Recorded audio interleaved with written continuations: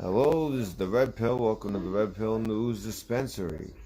So, this is kind of like a part two to things that we didn't get to yesterday. I've been learning some stuff with this streaming platform, and basically, once like my phone died yesterday, so once the phone dies, you can't get back. And some of the best stories I was saving for the end, so.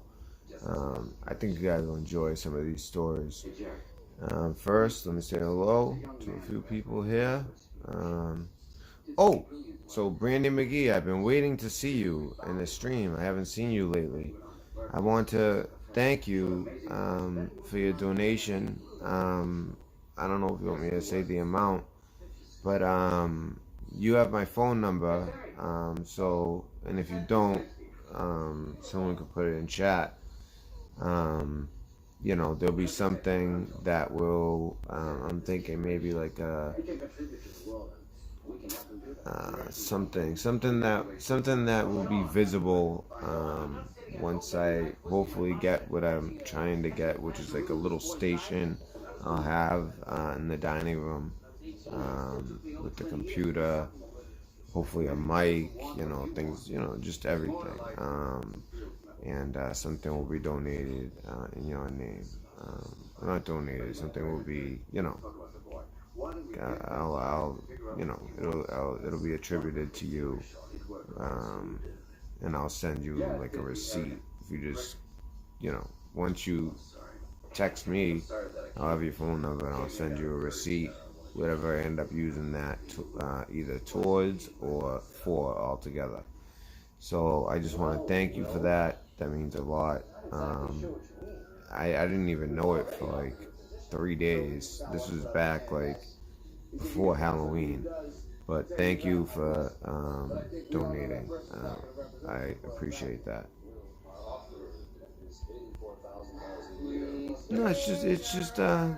No, just something that no big deal. I'll always remember it, and I want to kind of keep track of it. So, please, I'd love to. You donate to the channel, The people who donate to the channel in this time when I'm trying to, have like a more legit setup, I want them to be included in the future of the channel. Okay, so, let me say hello to some people here. Patriot, how you doing? Brandy McGee, again, hello. York Vango, hello. Peg, Florida, hello. TJ Antipas, hello. From New Zealand.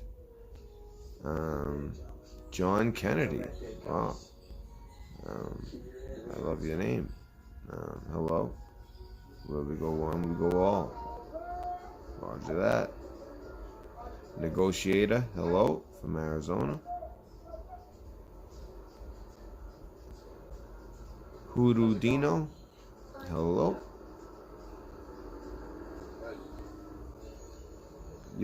I think just in case I didn't, York Vango, I think I said your name already.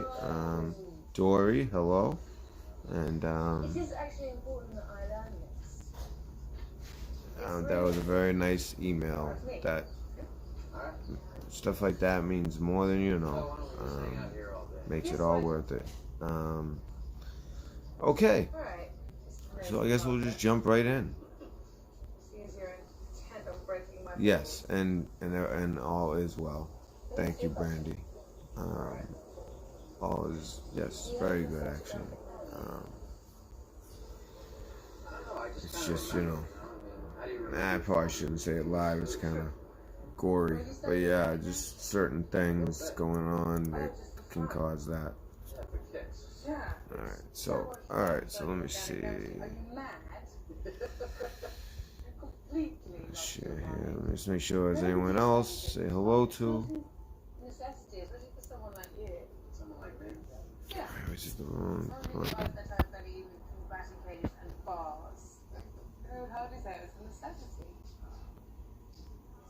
Okay, well, good. So at least I'll go look at the stream later.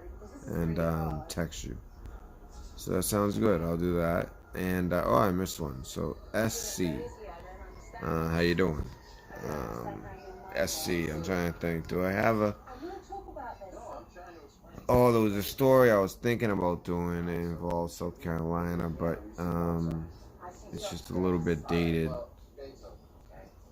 I don't know if that's what SC stands for. It could stand for a lot, but okay. So, all right, let's get into it here.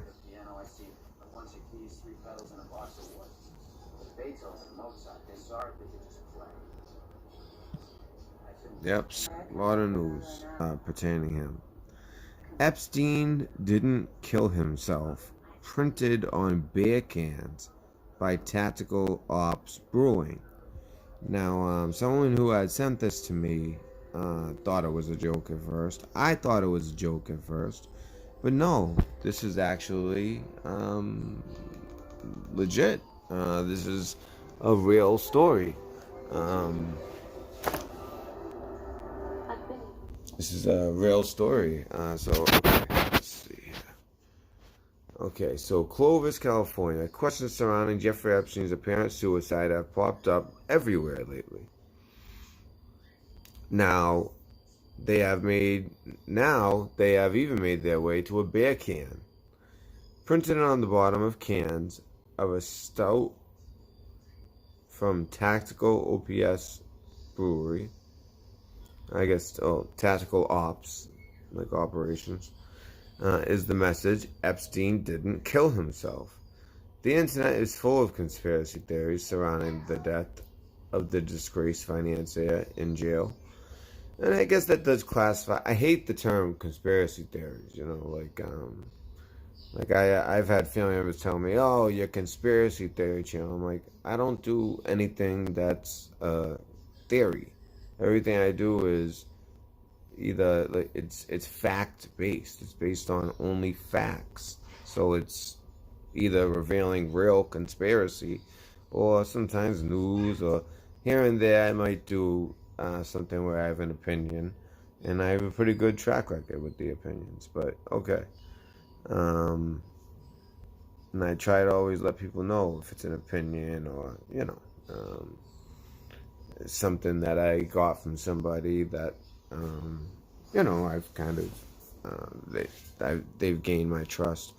So anyways, surrounding the death of the disgraced financier in jail. The Offbeat promotion is the brainchild of the brewery's manager. I was like, hey, what if we do this? And on our Basha can that we're doing, we put in a Epstein didn't kill himself because, it's a big thing right now, said Carlos Tovar. Tovar is hoping the controversy will help sell his suds, although there is a limited supply. I would actually love to get my hand on one of those cans. Next week, the message, Happy Birthday, Marines, which, if you don't know so when was this? The Marine birthday is, November 11th, I'm pretty sure. The Marines take their birthday very serious. Same day as Veterans Day, I'm pretty sure. Unless it's November 12th and then Veterans Day the day before. But I think it's actually the same day as Veterans Day. Next week, the message, Happy Birthday, Marines, will appear on select beer cans from the brewery. So that's only for right now. So that those already came out then. So, alright, where's a picture? Let's see a picture here.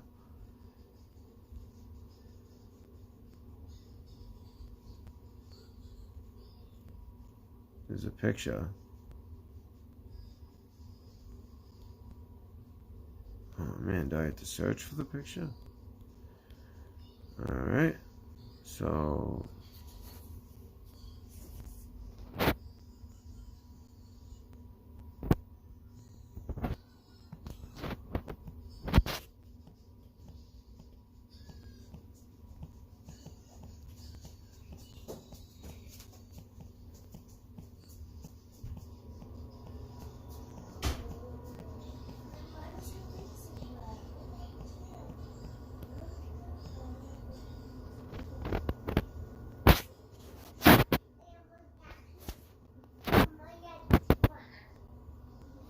check this out.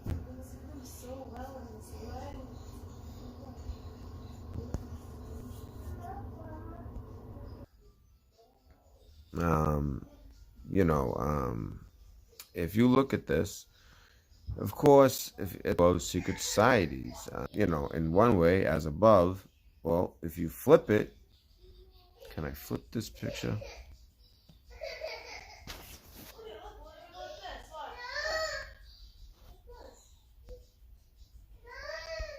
I don't know if I can flip it. Maybe if I download it. Okay, let's see if I can flip it now.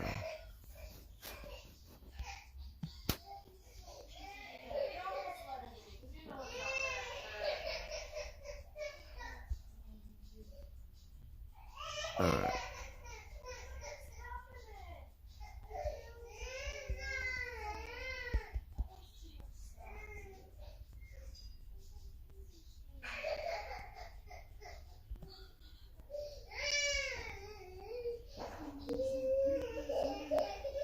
Anyways, if you can kind of see upside down there, I don't know if that's upside down for you guys like it is for me. But, of course I mess it up having that thing there.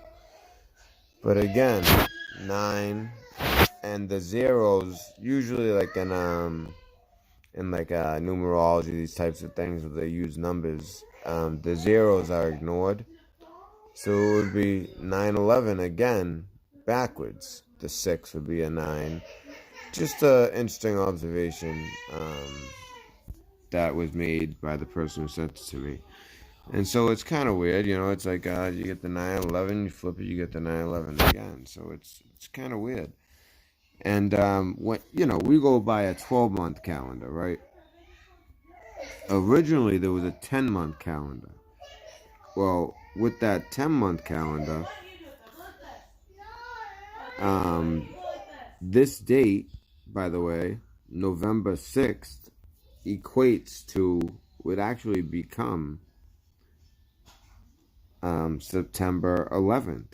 I checked it out myself. They told me that was the case, and I just checked it out myself because I found that fascinating. You guys see this? Epstein didn't kill himself, but so on that 10-month calendar that they used to go by before the 12-month calendar, it's true.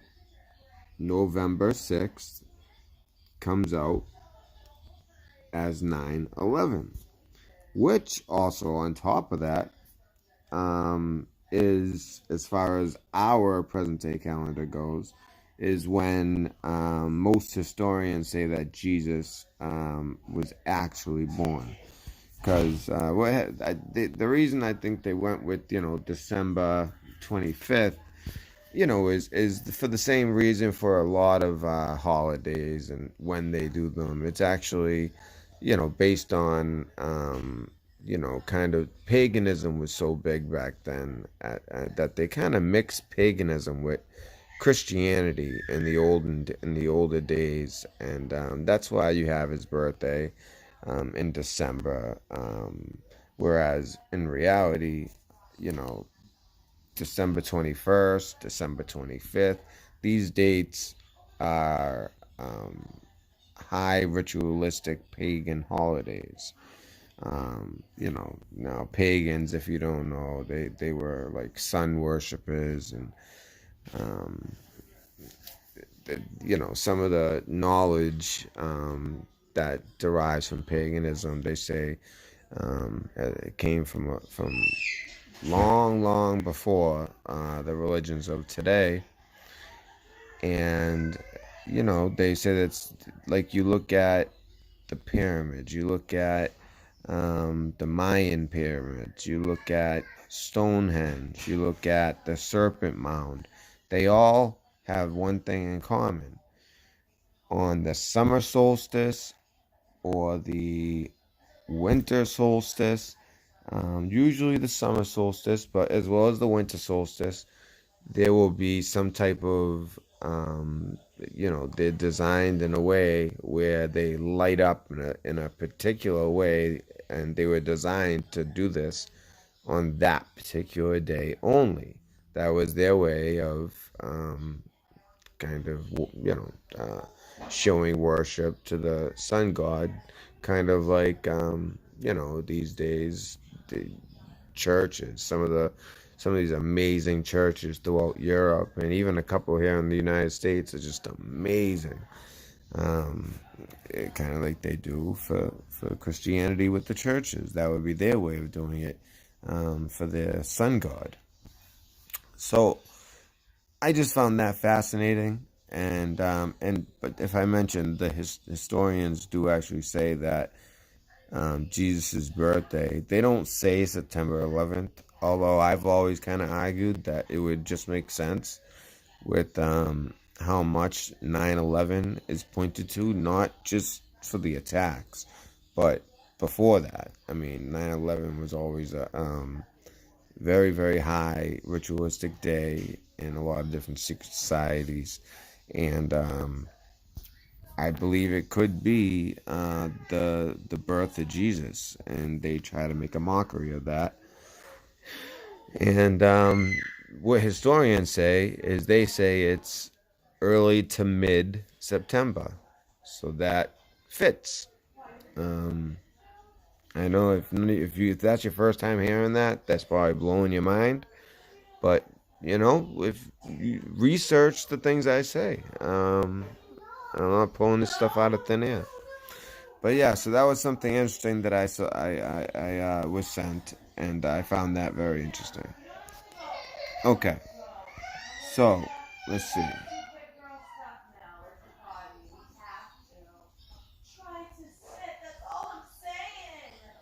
We're potty training, although she's basically in the mood for that stuff. Okay, let's see. Okay. Okay. All right. So, to continue with the Epstein stuff, let me show you what else I got here.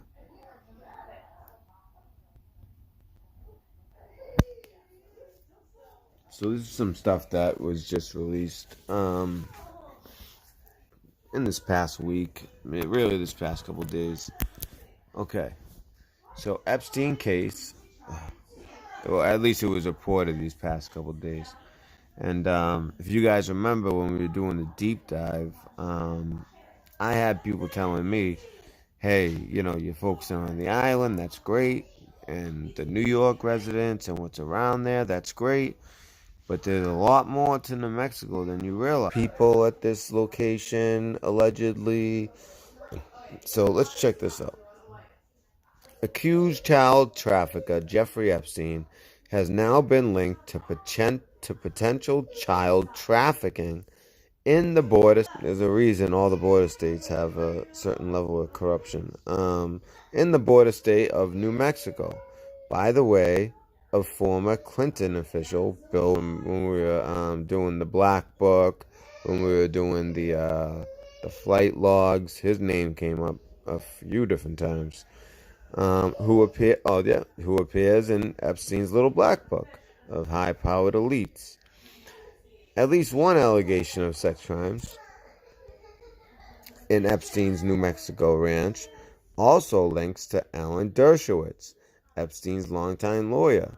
Funny how he's kind of faded into the background since his death.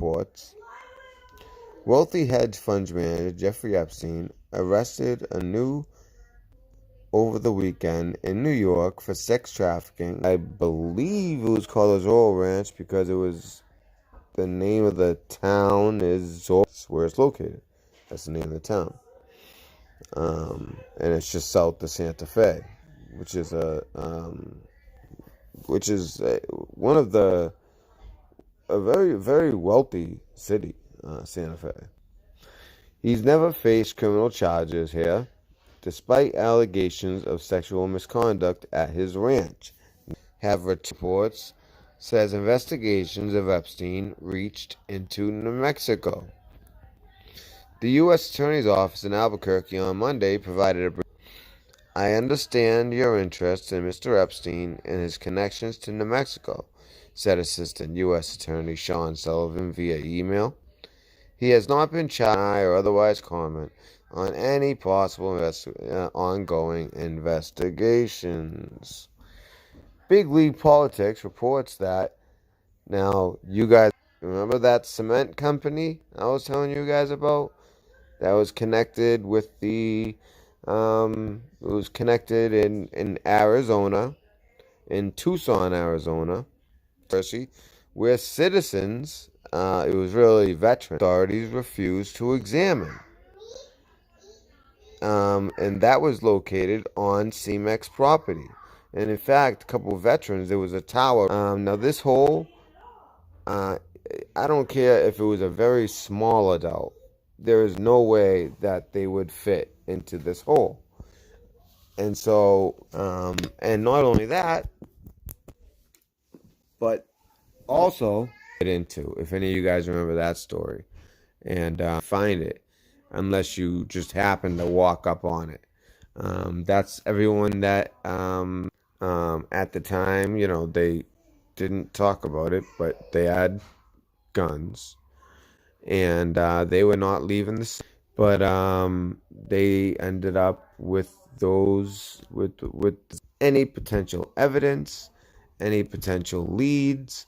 Well, it's not, and they've been aware of it for a long time. So, anyways, I'll continue. After alerting local and federal law enforcement about the situation and receiving no help, which is true, veterans were they had a bunch of manpower. We had people from to help, to dig, and the people who couldn't go was sending supplies. And the thing is, they weren't trying to make anything off it. They say, "Hey, you want to help? What are we asking for?" These are good.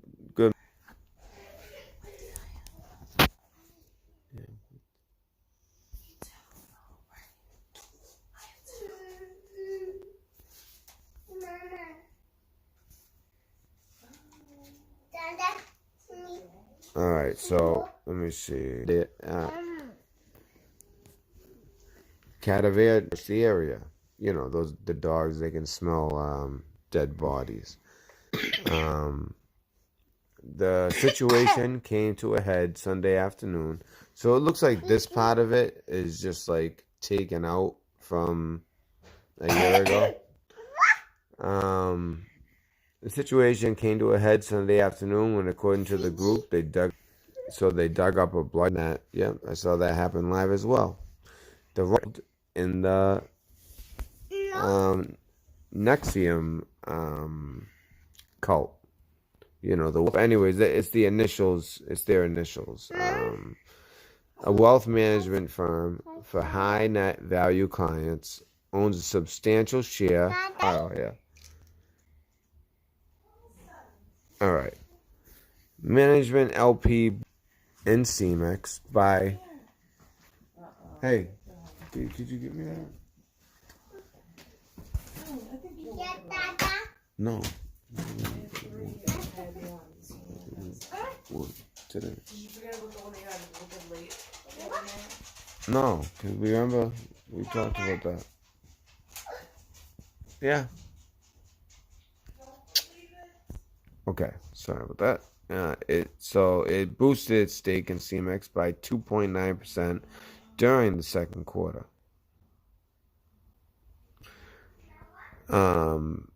Which must be a large percentage if it was only an additional 140 shares in the second quarter. Most of this company, a good huge chunk of this company. Wow. Okay. JFS Wealth Advisors LLC now owns 11,000. I don't know why it's not letting me get rid of this. Now owns 11,300 worth $100,000 after buying an additional 300. Also, you know how I talked about ignoring the zero? You guys see that, right? The 114,000. It's kind of weird how that goes. All those numbers are all very fishy.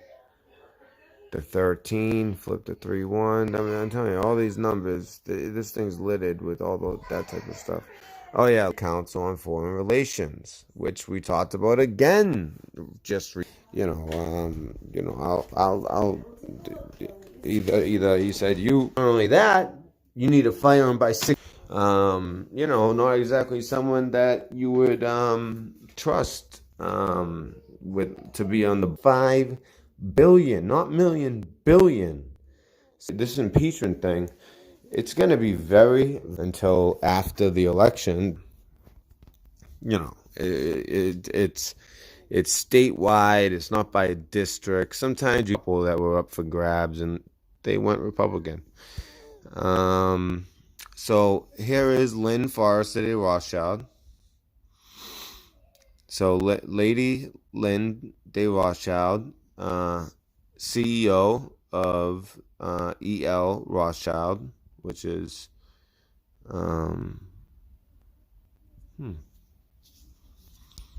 is E? What's the E for? I don't know. Maybe we'll figure that out in a minute.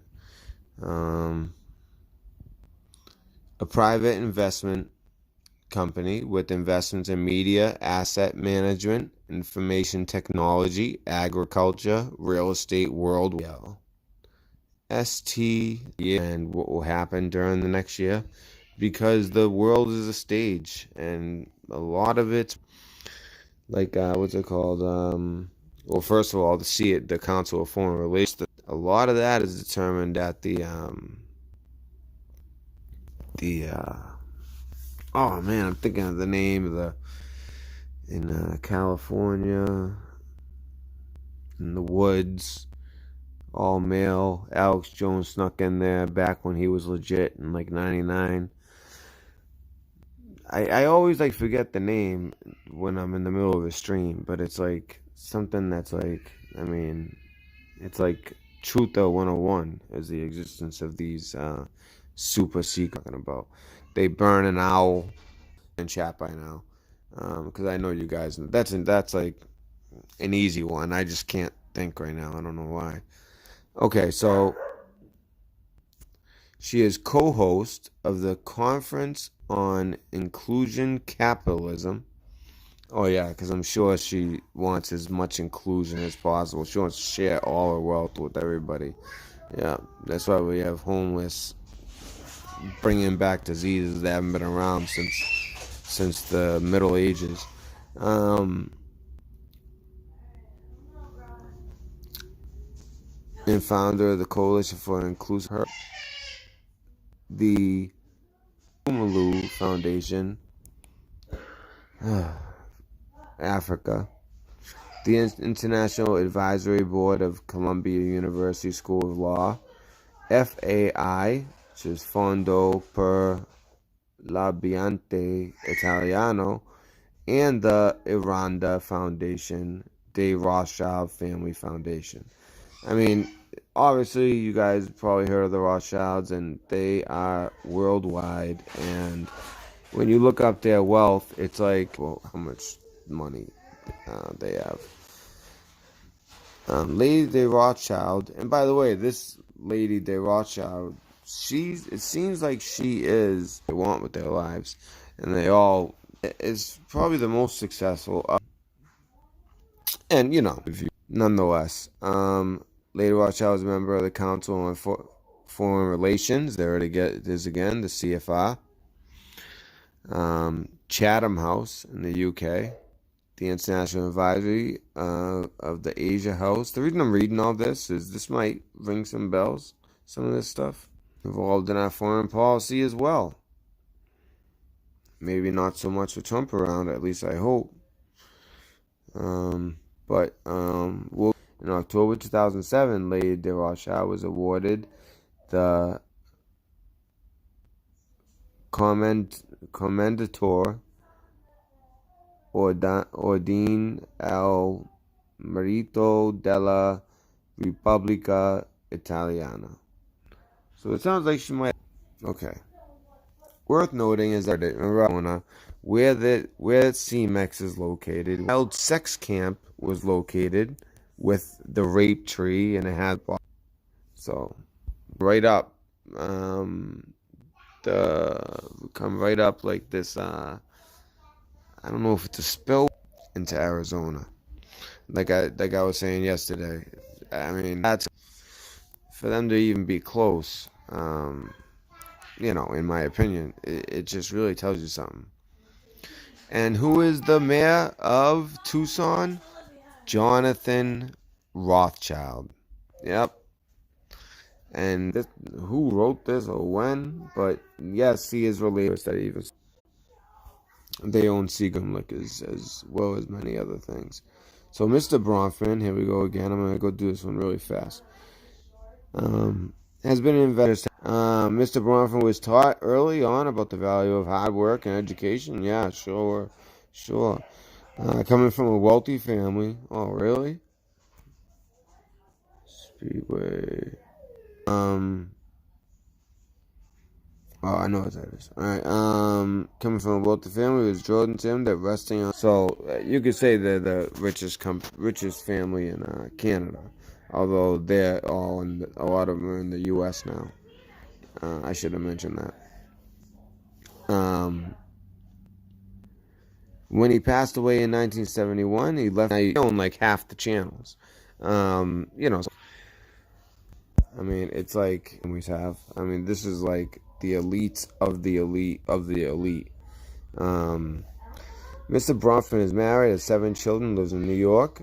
He is a 1981 graduate of the Williams Reel, the retail furniture chain. Wow, I always thought IKEA was like, weren't they like? I thought they were like out of like Norway. That's so weird. So IKEA's out of Israel?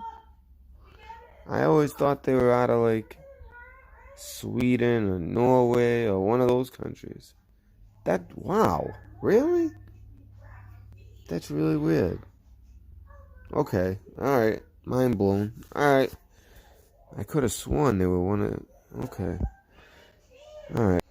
And a chain of movie theaters. Also, he was a director and shareholder of Jenny Craig, the weight loss company. I mean, these people get their hands on everything. Matthew's brother Claire, of course, was the operator. That began too. While his other sister Sarah is a member of the Clinton Global Initiative.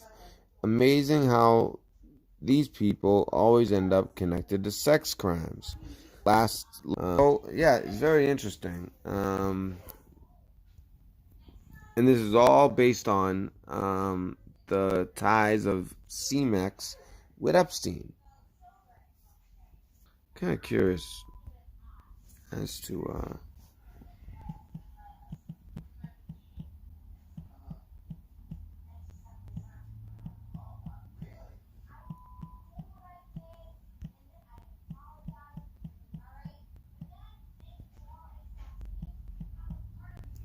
what those companies were.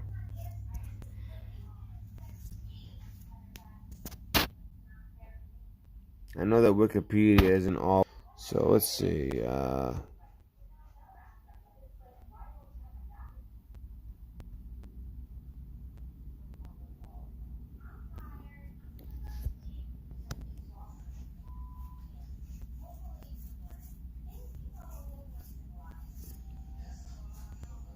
So BizBash Media, Palace. Any of that sound familiar? The only ones that are really big, Jenny Craig. So of course that these people are all Jewish. Yeah, so they are the Netherlands. Okay, yeah. So I don't understand. But I guess they have locations everywhere. So he was the owner of the IKEA out of, which makes you want to look into IKEA. So the coin behind these fellas, I mean, that's crazy. Provided furniture for over 100 bridge schools in Liberia.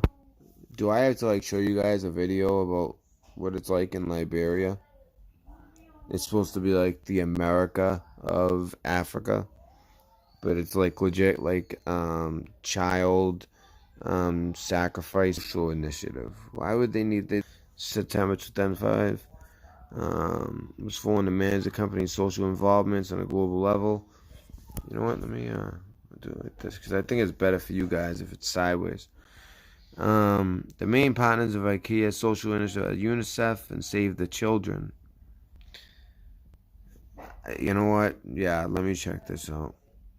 The Save the Children Fund. And look, and by the way, you guys know some of the symbology, right? This company's no good. I can tell you right now, just from the symbol.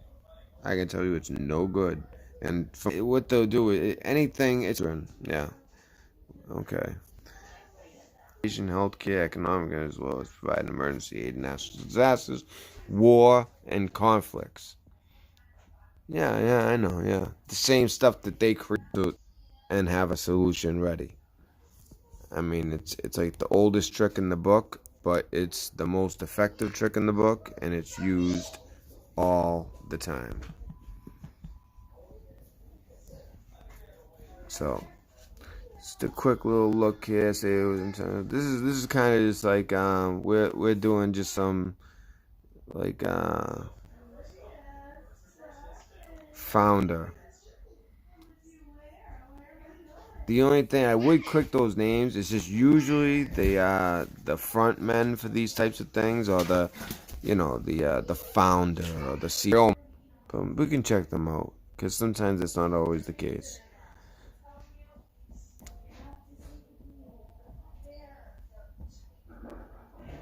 Save the Children has General Contel Thorning Schmidt was appointed chief executive. And the fact that he's Danish tells you a lot. If you guys don't know, one thing about the Danish, some of these, the royalty over there has always been accused of all kinds of shady stuff. In 1919, Pope Benedict XV publicly announced his support for Save the Children and declared 28th December Innocents' Day to collect donations. Okay. Russian famine, let me guess, to help with that too. Yeah. Second World War. So they've been around for a long time. This is an interesting one. Very interesting. Rewrite the future. Uganda.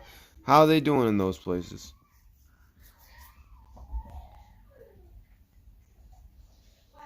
I'm telling you, this is like the type of stuff that goes right through me.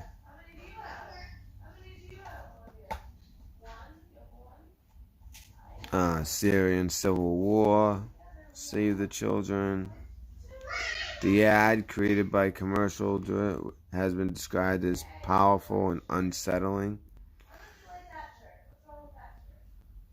Structure and accountability, yeah.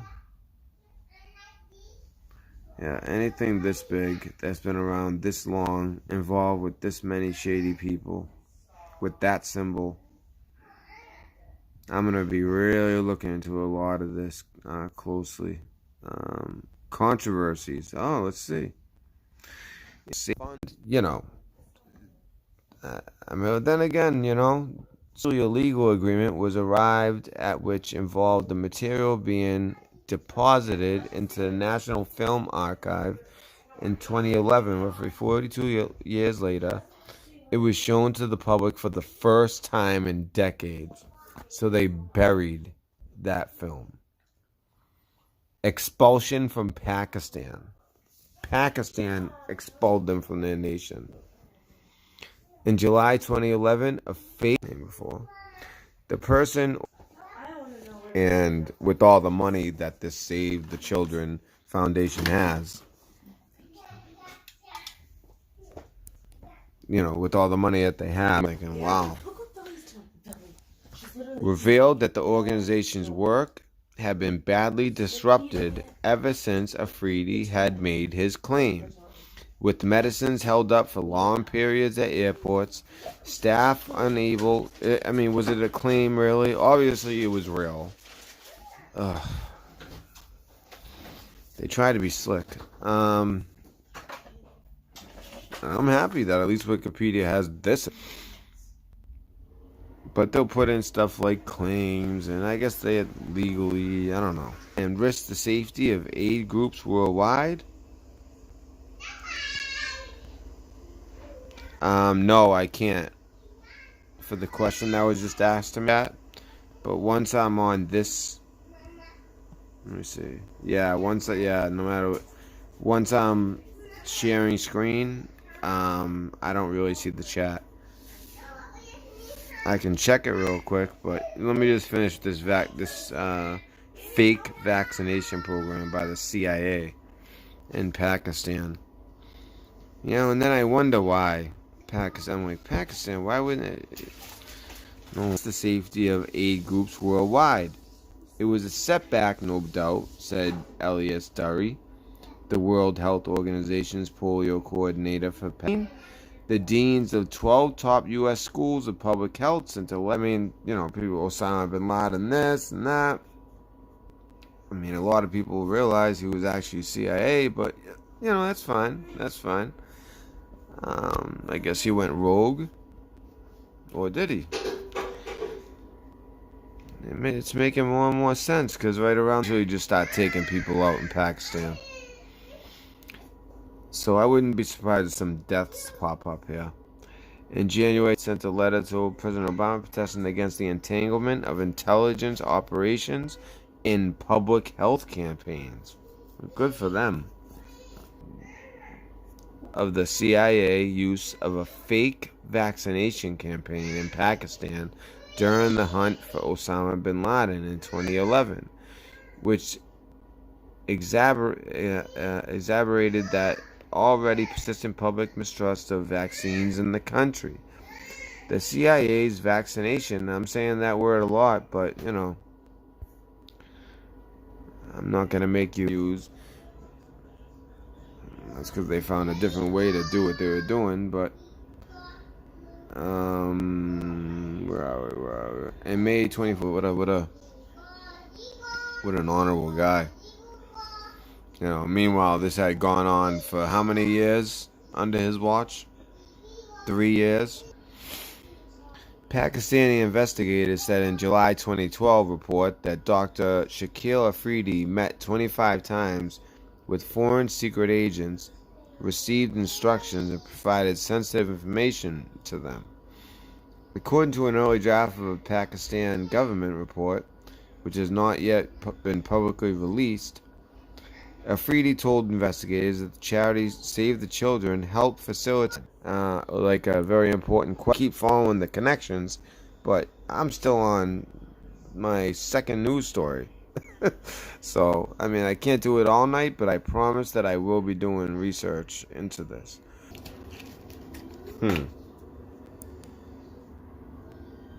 So they're saying it's not in it because it's not credible. They try to discredit people. Pakistani authorities, they donated a lot to this company, in particular the IKEA.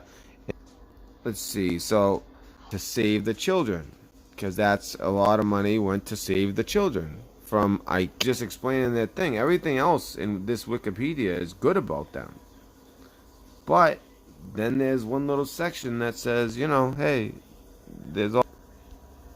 I just wanna.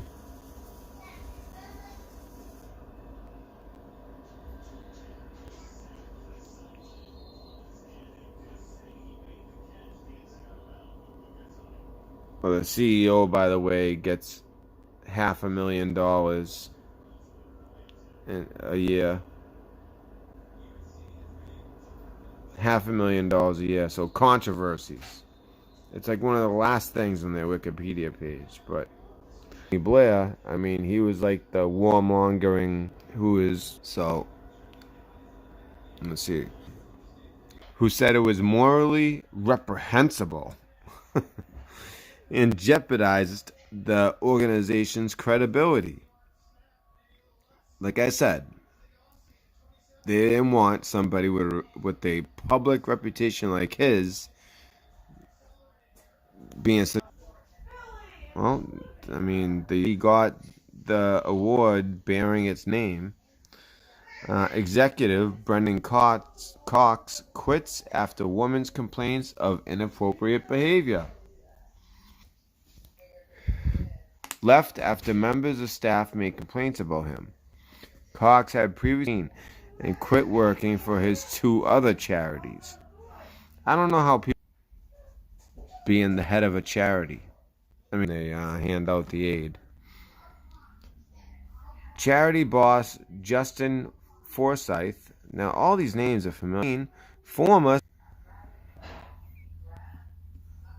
to avoid damage to the other charities. To avoid damage to the charities. 3 complaints of inappropriate behavior were made of Mr. Forsyth while working at Save the Children UK. Now, I wonder if they're not adult women.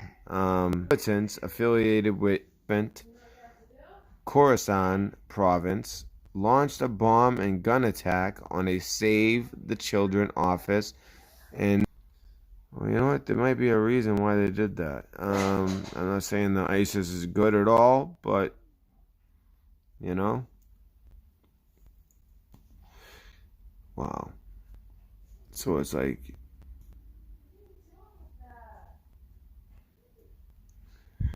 it's kind of crazy. So have they cleaned up their image? Well, their symbol doesn't look good to me, I'll tell you that.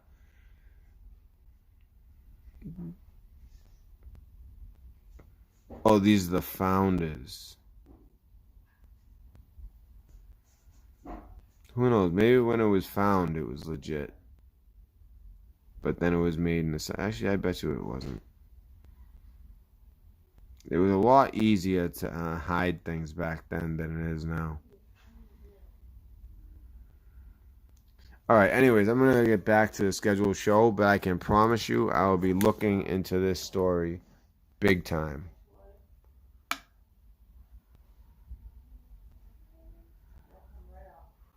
Buffering?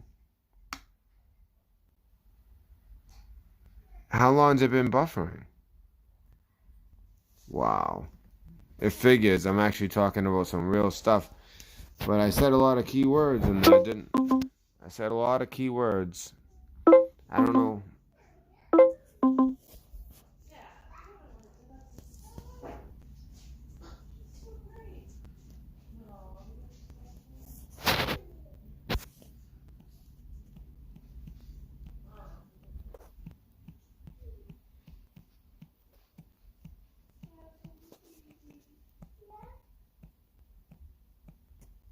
So, wow. So, I haven't even...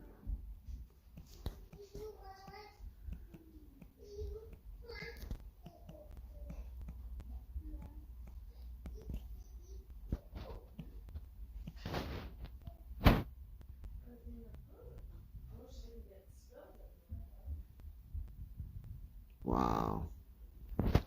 Unbelievable. God forbid you expose some of the... I mean, we're talking about some high level stuff. So you guys, if you guys even missed any of that, you guys missed a lot. I mean, a lot. Hopefully on the playback, it's not... Wow. Wow. Though the playback will show, if you guys can even hear me. Oh man, that's just really discouraging. It's gonna be hard to do it with any enthusiasm, knowing that this whole thing is being censored. Because God forbid I speak truth. Anyways, back to Epstein and CMEX.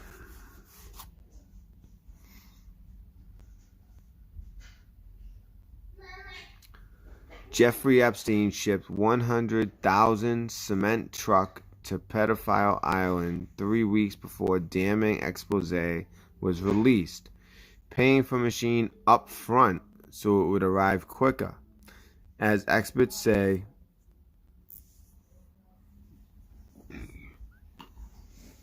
he could have literally covered up evidence, like literally. And this is a reason CMAX is so connected with the Clinton Foundation and why they're so on. I mean, CMAX. I've been on them for since June of 2018. Jeffrey Epstein shipped a $50,000 cement truck to his private. I thought it said 100 though. Okay, well, I guess the other 50. Yeah, Epstein sent the machine with an express bill of lading. Died by a parent.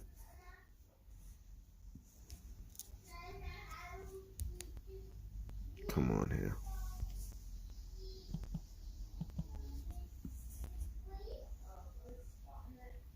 The 66-year-old who died by apparent suicide on Saturday was in such a hurry that he paid for the machine up front so it would arrive sooner. Now, you know a cement truck. I bet you can guess where it came from. I know I can. I didn't even get into all this, but I'm telling you, it was definitely CMEX. 3 weeks later, the Miami Herald published its expose on Epstein on November 28th. Meanwhile, what were we doing at the Red Pill News Dispensary? We were exposing his ass until it's like so in your face. The American shipping counted. Well, who had just as much to lose as Epstein did. Probably gave him a heads up. Hey, they're gonna arrest you. Cement truck. And not only that, but he puts he pays it up front, which is something that, and then a term they used with an express bill of lading. And so that's to get it there like right away. Like, I need that cement truck to my app. We need that cement truck right now. They're about to arrest me. And they go on to say, other items sent to Epstein was a tile and carpet extract. Yeah, you're damn right. They're going to arrest him real quick before he can cover up any more than he already did. Was sent to his New York home. So that's going to the islands and everything of all the politicians. And then in New York City, right before being arrested, he's having a tile and carpet extractor weighing 191 pounds. Curious number there. And was sent to in an 11 too.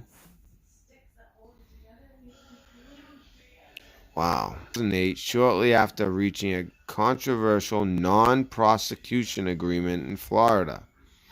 So it looks like a lot of the evidence was destroyed back in 2008 when, he pled guilty and did literally like months in jail, but not like a regular jail or prison, but the type where you get to go to your office and to work every day. I mean, just ridiculous. Jeffrey Epstein had a 100,000 cement truck shipped express to his Caribbean island 3 weeks before an expose was published, which led to his arrest. Daily Mail TV can exclusively reveal.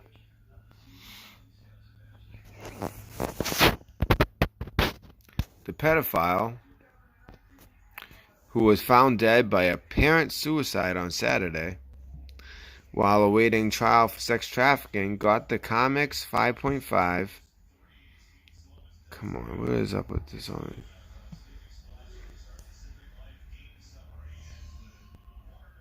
Self-loading concrete mixer delivered to Little St. James on November 7th last year. Epstein was in such a hurry that he paid for the machine up front so it would arrive sooner, even though it meant being responsible if it got damaged in transit. I mean, damn. So that's what express on laden means. Okay. 3 weeks later, the Miami Herald published a series of articles called Perversion of Justice on November 28th. With that, he was going to be arrested, and they got the okay to go forward. Shipping experts told Daily Mail TV that the possibility that it was used to literally cover up evidence cannot be discounted. Obviously. Let me see. It says CMEX on the side. Oh, I know that it had to have come from CMEX.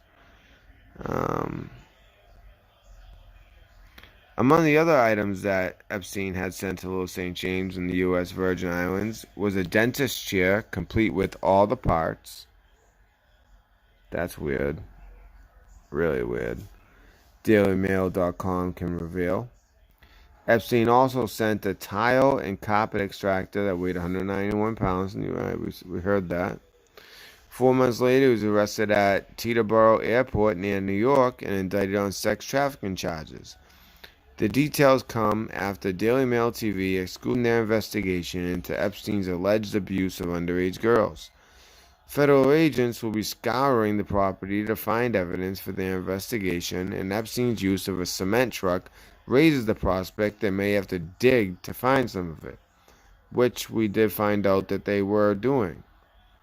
Epstein, a wealthy financier who used to associate with Donald Trump, Bill Clinton, Britain's Prince Andrew, died at age 66 after a trove of they threw Donald Trump in there, yet he's the only one that every witness says never was engaged in any funny activity, or he was like totally just like wasn't engaged at all, whereas the other two, I mean, every witness says about them, and even Al Gore, that they were engaged in some of the most damning things that people have done at that island at such high profile. After a trove of documents related to his case were unsealed on Friday, and that was when we started that deep dive. The FBI is now refocusing its investigation on Epstein's alleged enablers, such as his former consort, Ghislaine Maxwell.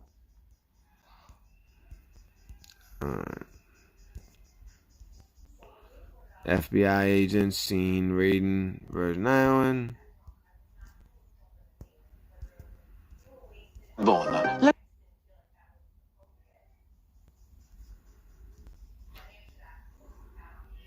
George said, while the purchase of cement mixer on its own is not suspicious, particularly given the reported and approved repair of cisterns on Little St. James, both the timing of the shipment and the fact that it's the only item in our records shipped with an express bill of lading do raise concerns, which we just learned.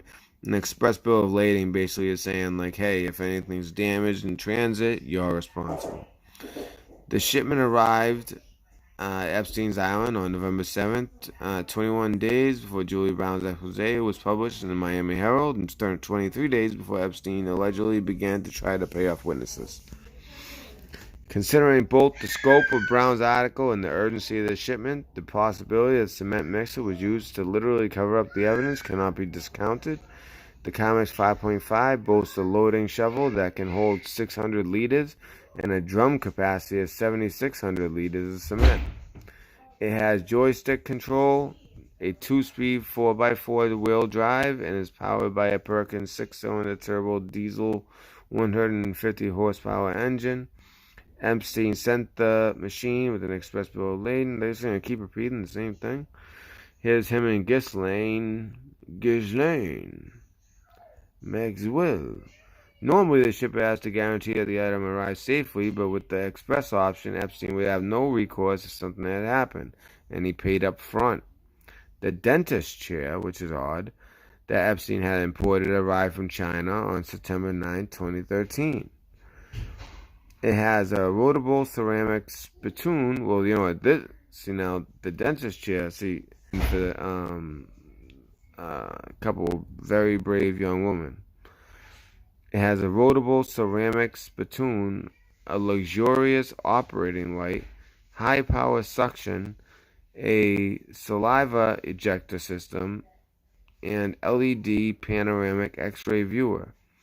Some of the items shipped to Epstein had already been reported by The Intercept, such as the shredder, which was an industrial shredder, by the way, which is 53 pounds, indicating it was an industrial size. In 2008, Epstein had the industrial shredder sent to the island shortly after reaching a controversial non-prosecution agreement under which he only served 13 months in jail, even though police found dozens of victims. The shredder can destroy CDs, 3-ring binders, and hard-bound documents, and up to 85 sheets of paper per pass. Well, thank God we live in a world of the internet. Oh, that's pretty cool. A10 Warhog, and it was left as is. All right.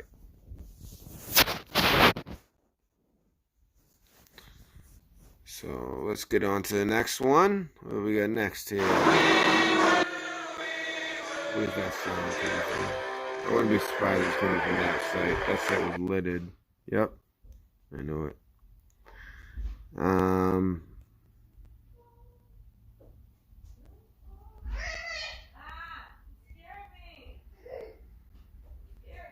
Alright, so let's brighten it up a little bit. I think this one isn't.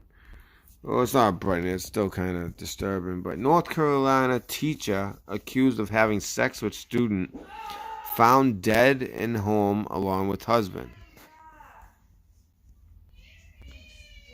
So a teacher accused of having sex with student found dead in apparent murder-suicide after SWAT situation. I first met Gideon when he was 7 months old. So obviously his journey's really been there. A journey of hope.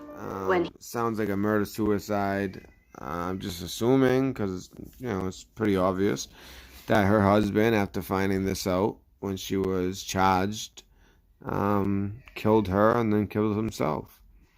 So a North Carolina high school teacher recently, remember I said to SC, South Carolina? It was actually North Carolina. This is the story.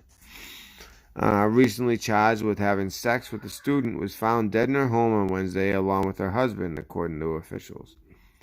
The Huntersville Police Department said the bodies of Emma Ogle, 63. I mean, damn. Usually, like, when you hear about, like, the teacher having sex with the student, it's like a 29-year-old, good-looking teacher. I mean, this is literally, 63. She's, ready to retire.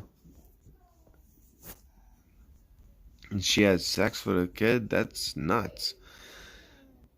That's there were no winners in this situation, for sure. And her husband, 59-year-old Michael Ogle, were discovered by members of a SWAT team shortly after they made entry into the couple's home in Huntersville, located north of Charlotte.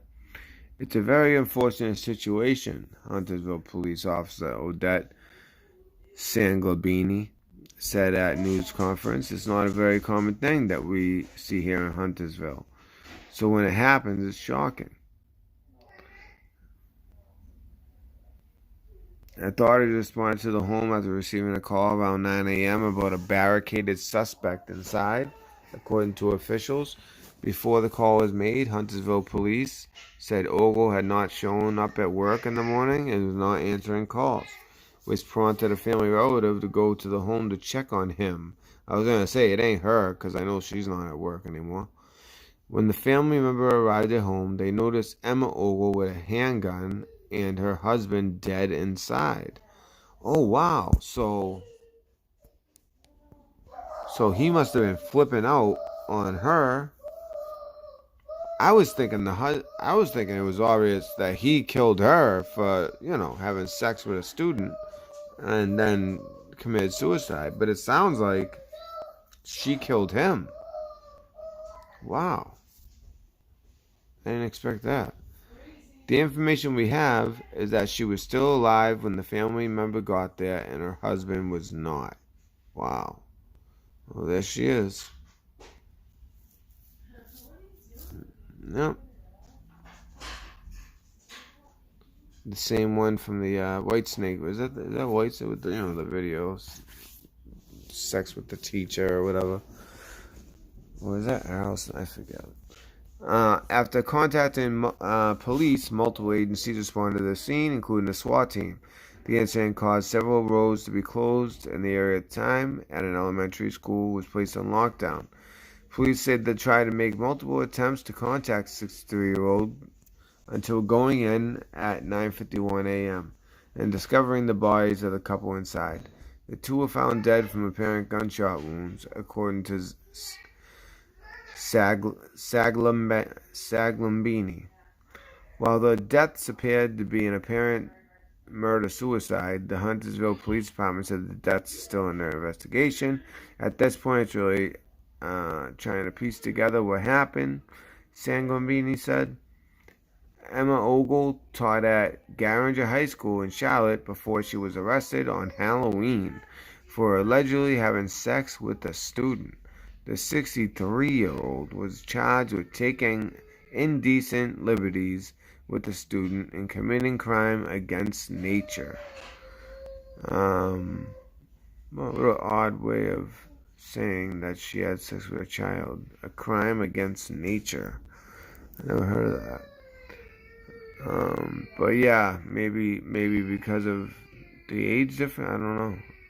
Huntersville told Fox 46 last week that Ogle engaged in sexual activity with a 17-year-old student.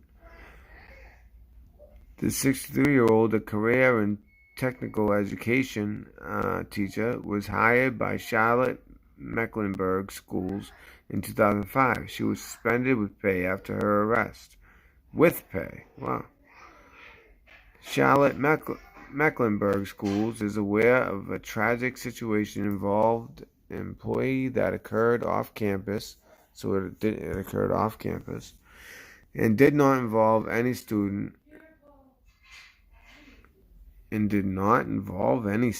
What? Are they talking about? Oh, they're talking about the shooting. Okay. Nothing is more important than the well-being of our students' staff, the district said in a statement to Fox 46 on Wednesday. Social and emotional supports have been deployed for those affected in our districts. Supports will continue to be available for any students or staff who needs them. Students at the school where Ogle works say they were devastated and wish her family well. Notice how they say students, not staff. I hope they're doing okay. That's nothing. I shouldn't laugh, but you know what? There's certain stories just, I hope they're doing okay, and may God be with them. I hope they're doing okay. What? Oh, the family. Okay. All right. Next. Just thought I'd lighten it with that. I mean, it's not, two people are dead regardless, but,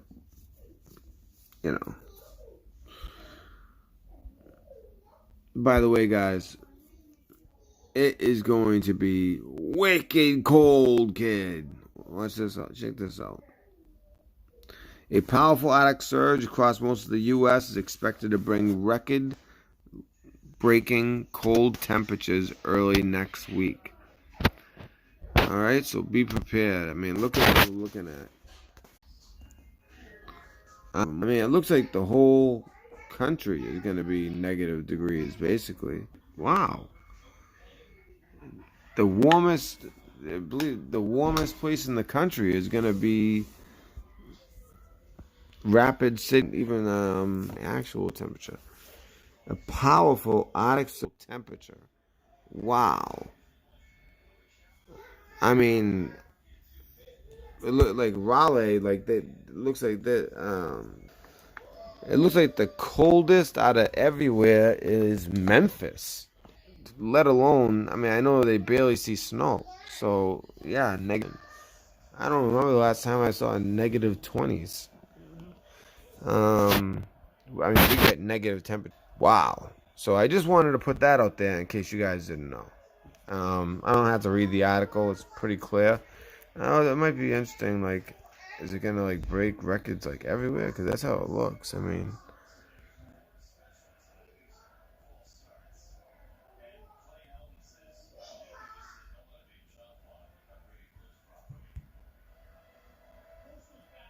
And this is November? What? Is that accurate? These numbers? All these negative numbers? But then, Monday, these are the highs.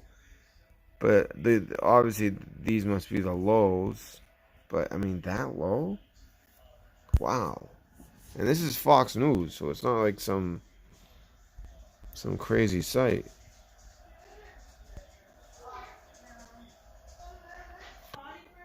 So it's basically gonna be like, oh, see, that's not too bad. These are the highs for Monday. I mean, it's still cold, but nothing like what we were seeing on that first page. But then I think it's gonna get even colder from there. So it's gonna be very cold. So I don't know how accurate this picture is, because that just seems crazy. That just seems crazy. No matter where you are, it's gonna be very cold. That's how it looks, especially if you fall in that strip from Texas, Indiana, Ohio, Pennsylvania.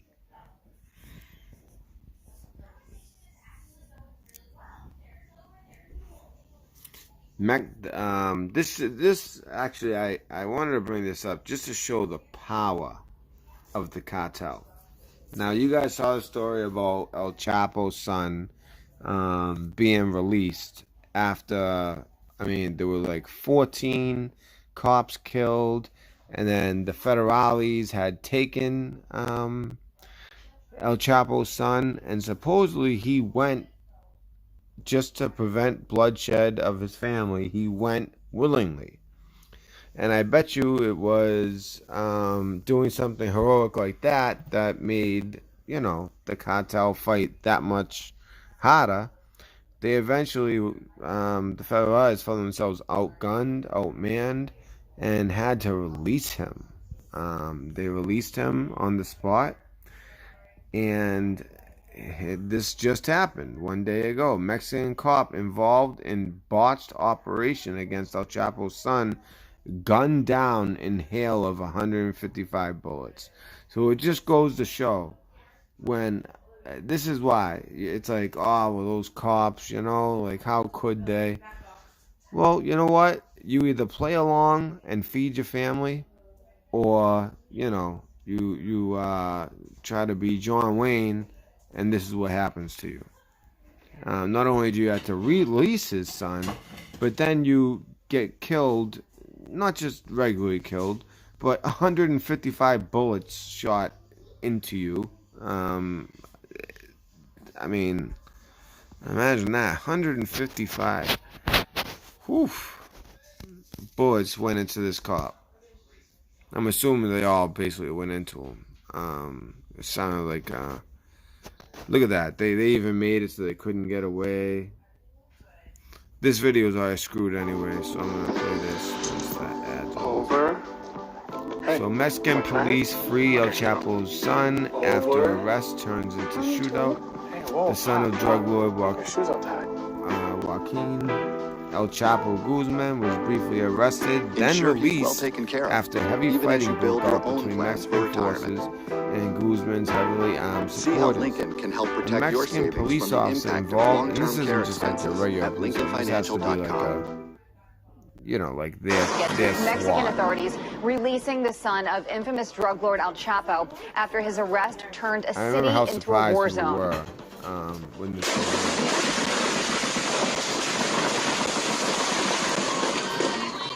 Ovidio Guzman Lopez is wanted in the U.S. on drug charges after he was picked up by Mexican troops. Word quickly spread, and those intense gun battles broke out, burning trucks and buses, blocking roads out of the city about 500 miles south of El Paso.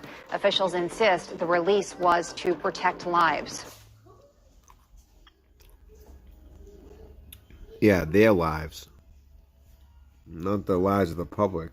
I mean, I guess that too. And you have a shootout like that going on. For the second time, really to protect lives. A lot more lives are dying from those drugs. But no, he's free. And the cop who dared arrest this kingpin son, who apparently might be taking over the family business. Anyways, I'll read it. A Mexican police officer involved in the botched operation to arrest one of drug kingpin Joaquin El Chapo Guzman's sons last month was killed by a hail of more than 150 bullets in a brazen daylight assassination. Wow, it did. Makes sense, though. They don't have to. They have nobody to fear. Yet the Mexican president tells our president, no, no, no, we got it. We got it. We can handle the cartel. We got it. I'm telling you, if that missing woman hasn't been found yet, don't be surprised if our military starts operating. Goes down there. Because honestly, and people say, oh, our military has to do this. You know what? If our military has already been in how many countries in the Middle East, still over there protecting the oil, involved in all these endless wars that just like that there's no end in sight. Basically, it's just like take out the enemy, and we're very good at that. But then it's just like, play police and, have the young men killed, kind of picked off slowly, one after another, and we could stay there forever, but, is that really worth it? All the money that's been spent? I mean, we've spent so much money over there just to leave it all for the taking, for others, whether it be ISIS or Russia now, or Iran, all that money we spent on, anything from infrastructure to training to all of it wasted. Weapons, all of it wasted. If we're gonna, if basically with the military and industrial complex, the reason for all that is, they're such a big beast. They need to be fed, need to be fed. And Trump isn't gonna feed them no more. But you know what? Hey, here's a situation where they have killed so many Americans with the drugs alone, let alone letting so many people just flood into our country and cause a national security risk. I mean, just a huge risk to our population, our youth. A whole generation's been wiped out with drugs, at least up here in Massachusetts and New Hampshire and places like that. And not only that, but people forget, well, a lot of these people, had kids before they died, and those kids were very young and won't remember their parents, but they will suffer for not having their parents that have died. And usually, if they had one parent, that means the other parent was most likely using as well and might not make it. There's so many situations of this. And that doesn't even include the amount of people that, DCF kind of has no choice because both parents are using drugs and they have the kid and the kid's being neglected. I mean, there's so many situations like this. And that can be a whole new generation that grows up. And it's going to be commonplace that, your parents, you were taken away from your parents and they weren't able to get you back because they couldn't get off the drugs. Or that your parents had died from using the drugs, or that they were taken away and the parents also eventually died. I mean, just so many different scenarios that it's going to be a reality for another generation coming up. So, I mean, instead of, doing all this overseas, when in reality, it's like it's not really doing any good. This could actually do some good. These cartels, I mean, they need to be, I mean, they're just reckless. 150 bullets into the policeman that arrested, that God forbid he arrests the son of this drug lord, who seems to be taking over the business. I mean, God forbid, huh? That this is what our military should be used for. And this is our neighbors to the south that are flooding our country with people, with drugs, all of it. Just give me 1 second.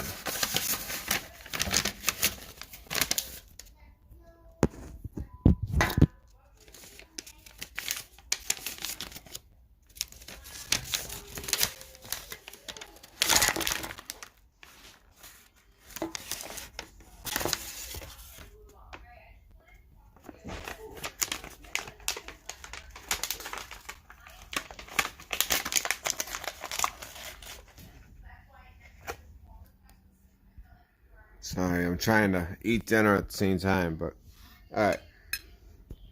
So, and this poor officer, you know, they try to do the right thing. He arrests him. They're forced to let him go.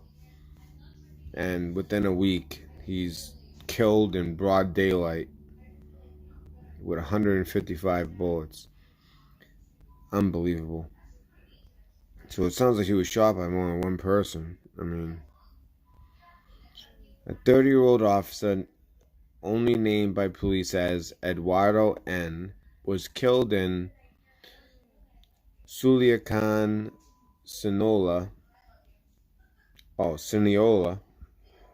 That's the name of the cartel as well.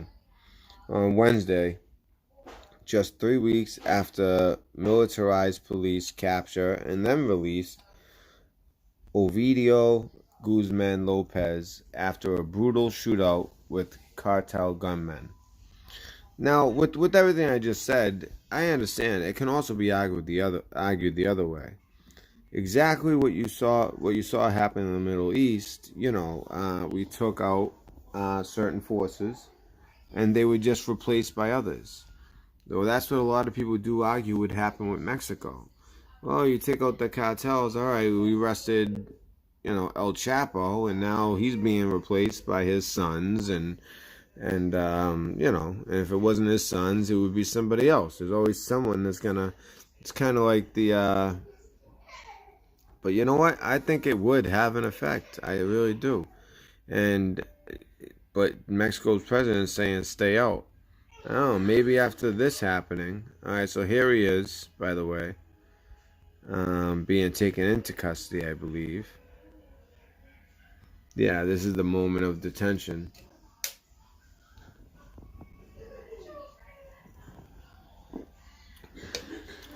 Right before he was released. Like, literally, like, in the middle of the street, they just, like, released him. From what I understand. Because they didn't make it out of the neighborhood. Mexican newspaper Excelsior shared CCTV footage from Wednesday's attack that showed the police officer parking his white vehicle outside of a shopping center. Moments later, a red vehicle pulls up alongside him, and armed gunmen leap out, firing rapidly from close range. Within 30 seconds, the gunman fired 155 shots at the police officer before leaping into the vehicle and running off, the outlet reported. Well, if anybody doesn't want to see something as horrific, now would be a time to skip ahead if you're watching the playback, or hit pause for about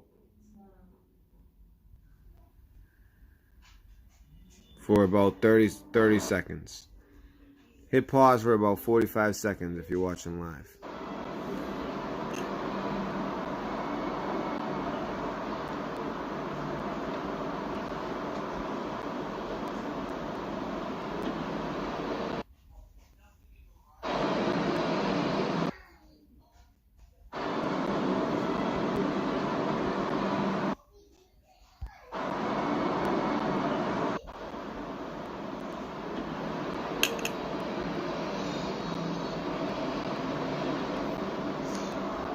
That was 155 bullets?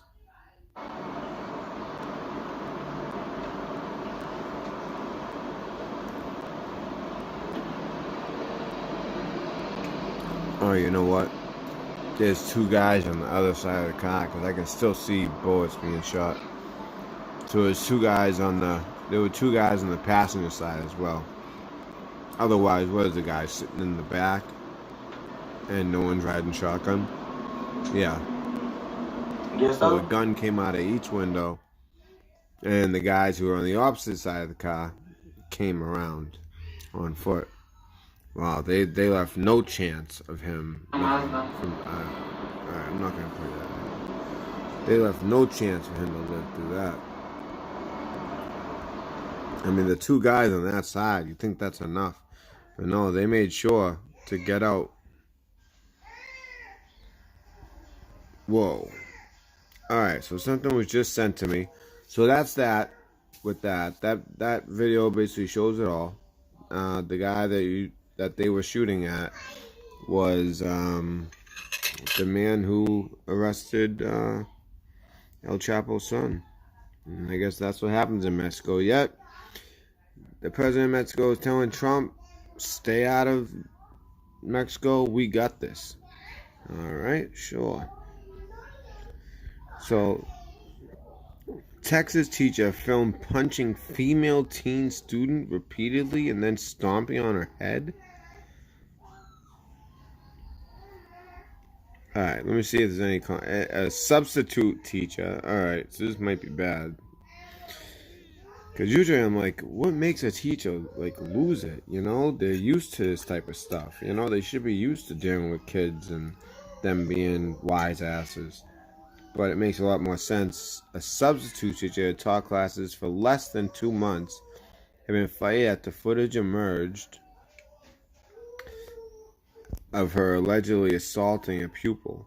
The violent incident recorded on a cell phone and shared on social media shows other student at this high school.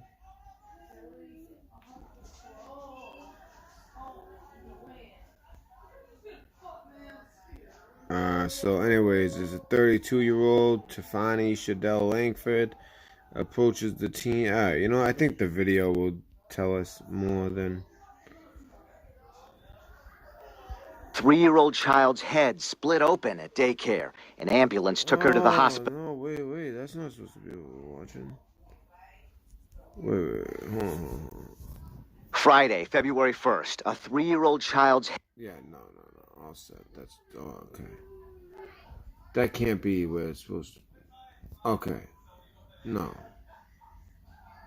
Alright, it's supposed to be a female teen that's getting punched. Oh, here it is. Alright. So she had only worked in the classroom 18 times. Damn, that's an adult. Oh, that happened so quick we missed it. Look at this. Savage woman. Look at her. Hitting this. Oh my. That's an adult. That's a kid. Oh, and she got stomped. That was a bad stomp too. Cause she was like, that's it. Had enough. They just like keep playing it over and over. God damn. Oh, sorry for that. I wasn't expecting that. Whoa. I guess the video says it all, right? Certain things, the video basically says it all. So Samara Valdez, who plays basketball with the victim, told Kay, I saw the video, I started crying because it's my teammate.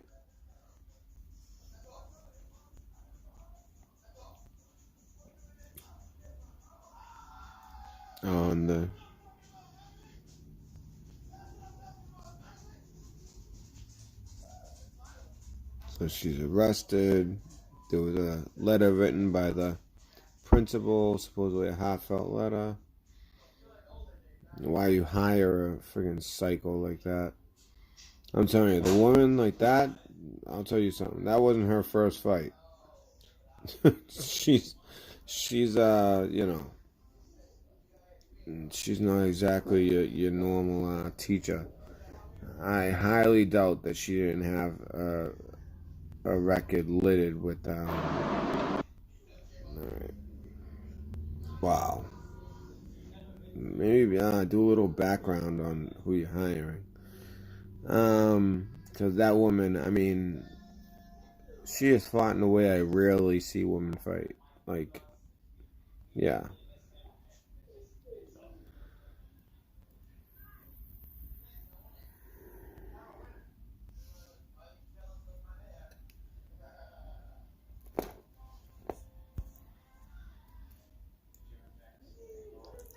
Oh, so they're going to connect this in with the other thing?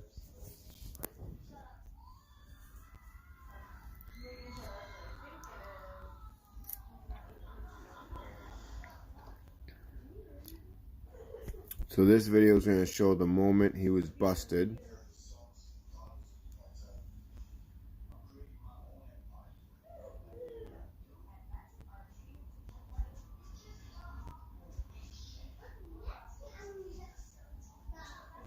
Where's the video? Oh, yeah. We work really hard and we're kind of intense. We sweat, we bust our butt, and if I didn't enjoy what I was doing, I wouldn't be here. And the benefits were excellent. I've never had full dental and vision and medical or any of that stuff, and I got that right out of the gate first day. It's a really trans-friendly company. My manager has been a really big Wednesday advocate showed for me. dramatic. You're gonna pay for me to go to school so I can Helmet eventually cam leave the footage company? of the Like, moment that's Joaquin El insane. Chapo Guzman's son was captured by police earlier this month before the government released him after an ambush by cartel gunmen killed at least 8 people.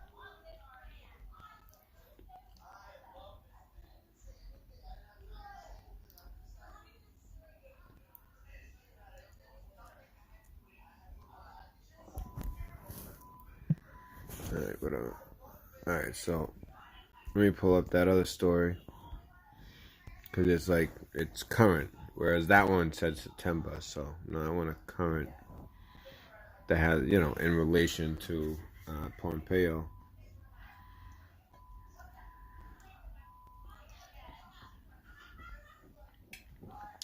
Netanyahu says UN watchdog confirms Iran lied.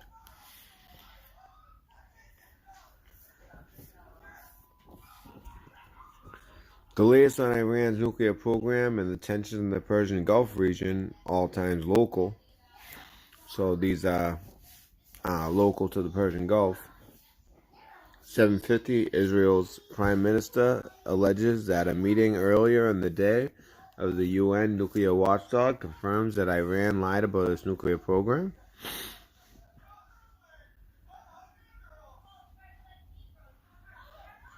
Benjamin Netanyahu claimed in a video statement on Thursday that I thought there was a video. Guess not. Is this a video or is it just like ads? I hate that. Don't you guys hate that? You can't even tell like what's. Alright.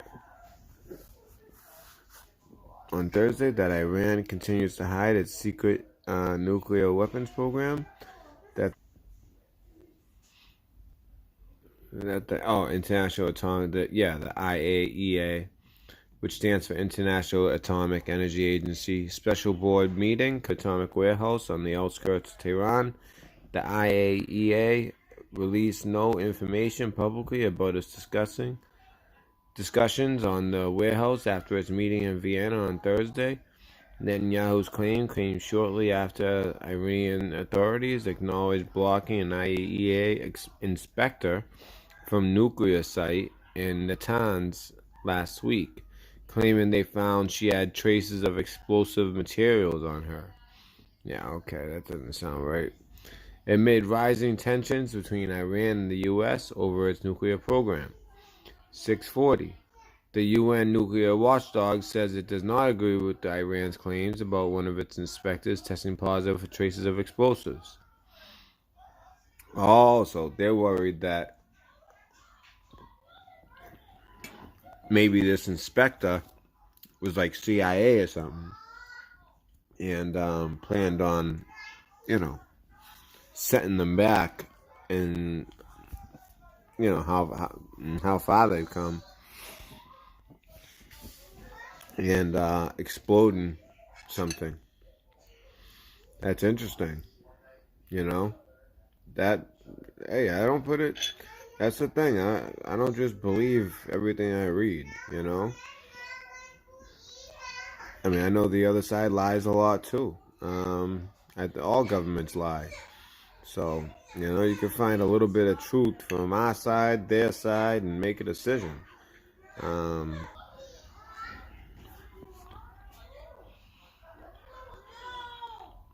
Statement to journalists on Thursday after Iran representative made the claim in Vienna. The IAEA says that the agency does not go into details in public about such matters, but based on the information available to us, the agency does not agree with Iran's characterization of the situation involving the inspector, who is carrying out official safeguard duties in Iran. The IAEA added that it will consult with Iran what they viewed to clarifying the situation. 410. Iran is alleging that a UN inspector it blocked from a nuclear site last week had tested positive for explosive nitrates. Iran's representative to the International Atomic Energy Agency, Kazim Karababadi, made the allegation on Thursday at a suddenly called meeting in Vienna. He did not elaborate on why he thought the woman had the residue on her, though he said she went to the bathroom while waiting for a secondary screening and apparently removed the material. This happened at Iran's Natanz nuclear facility. There was no immediate comment from the IAEA. I mean, this is deteriorating quickly. That's what I worry about. The incident comes amid heightened tensions between Iran and the U.S. over its nuclear program. Iran has injected uranium gas. This is what I was talking about. This is despite the U.S. sanction imposed on the country since President Trump unilaterally withdrew America from the nuclear deal over a year ago. Well, what have these journalists done? We already reported many months ago that the EU was working and ignoring the sanctions and buying oil off of Iran at a Iran's representatives.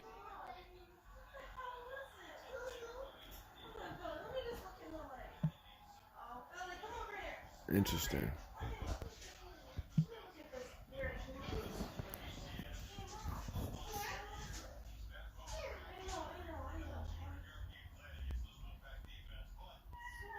Oh, check this out.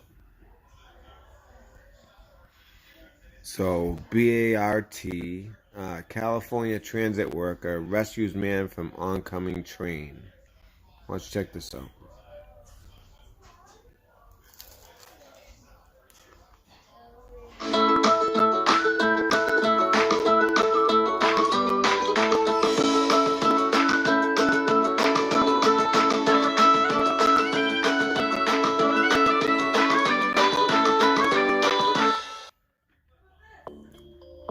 Look at this guy.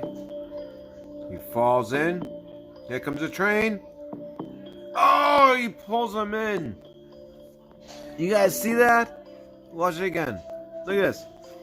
Falls in. Comes train. Pulls him right out. Wow.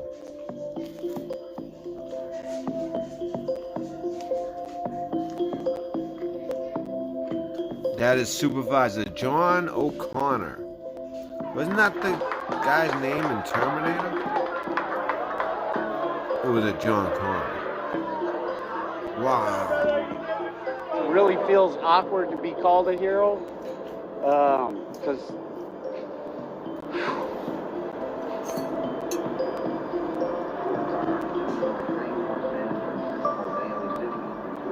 it's what we're supposed to do. Yeah.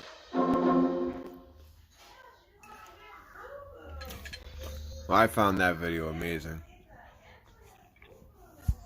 I mean, he came so close to getting nailed. I mean, that guy was quick for a big. He's a big guy too. I mean, he's pretty quick for a big guy. I mean, that was amazing. Also, some of you guys might. Oh. Did they? Oh, okay. This woman might look familiar to some of you guys. You might know her from a bunch of creepy PowerPoint presentations. And this woman was just appointed the head of CERN. And she was on CERN. I remember, and it was like so she is going to become the first. Oh, she gets her second term. So she is the chief, and she's going to stay chief for another 5 years. In the past 5 years, she's accomplished a lot, that's for sure. If you guys aren't familiar with CERN, ooh, just believe what they're saying. It's unbelievable what they're doing. You know, they mentioned right here the Higgs boson of them, but they couldn't say for sure that they existed. The more that they find, they're finding it's very hot. It needs to be observed, since if us, the planet, everything, basically, we wouldn't like stay together. We would just dissipate. So it's pretty fascinating. And if it is new to some of you guys, I mean, it's like so much to get into. I could do a whole show on it every Saturday for a year and only cover half of the stuff.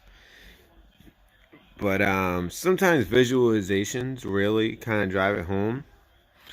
So this has been something I've been meaning to show. This is a video that I think is worth you guys seeing. So they open up the Godhead Tunnel, and there was a whole story behind this place, right?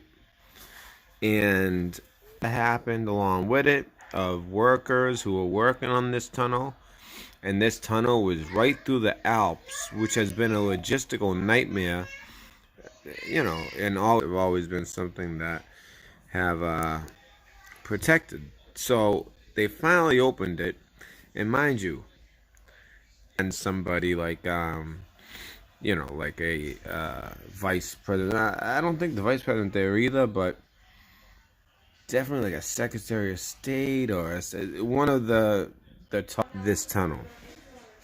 They spent a lot of money on this.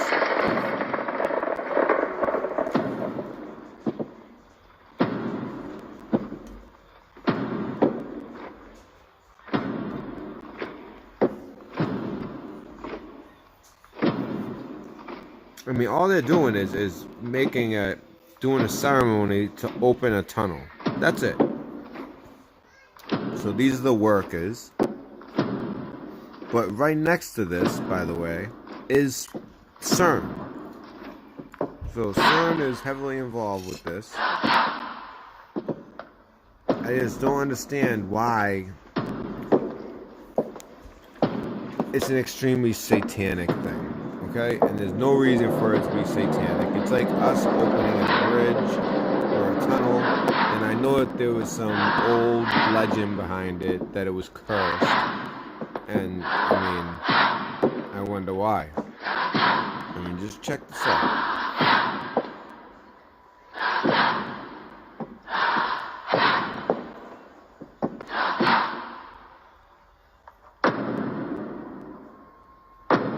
This is representing the people who died. If I remember correctly, the exact number of people that died building the tunnel in freakish ways are represented.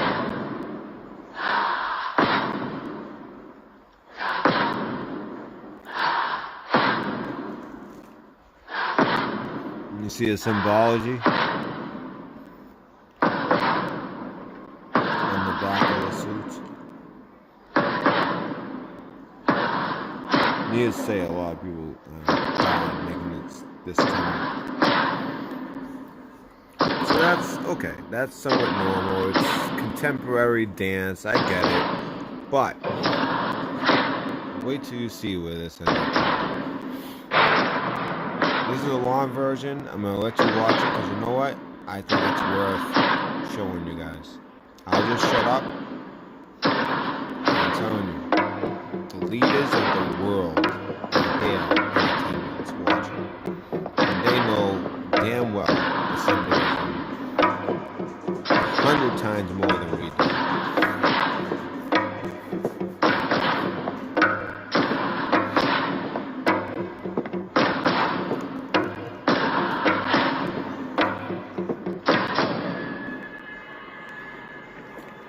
I would actually say a prayer before watching this, to be honest with you. Yeah. What we just saw basically looks like an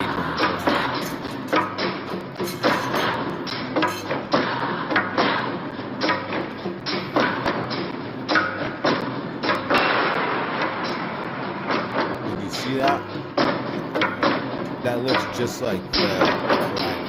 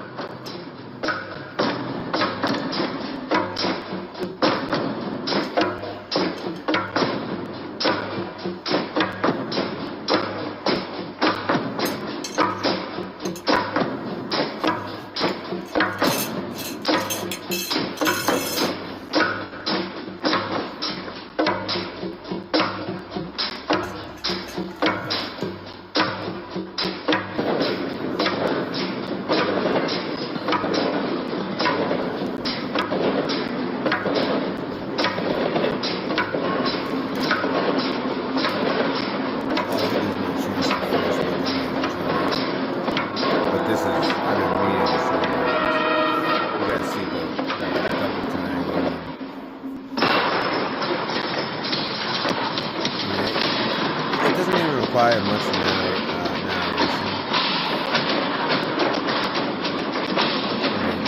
I see a lot of stuff.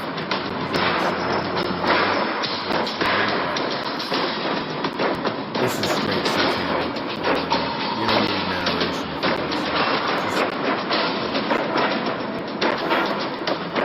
Just remember Revelations also. You guys know Revelations, the pregnant woman.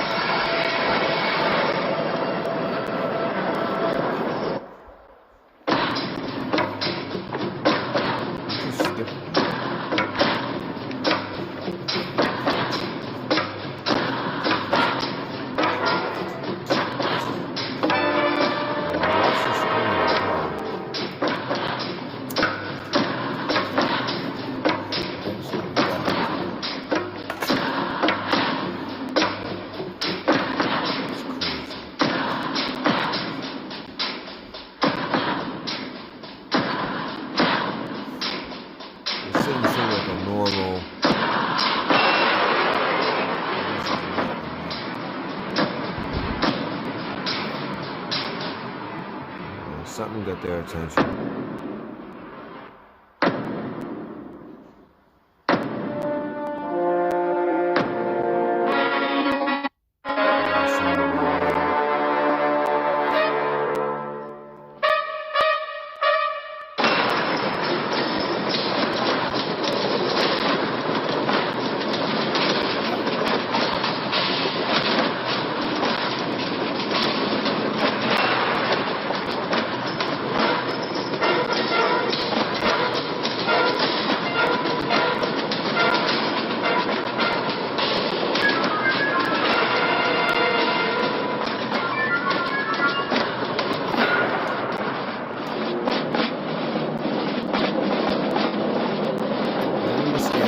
Cultures are kind of weird, but there's no mistaking what this is.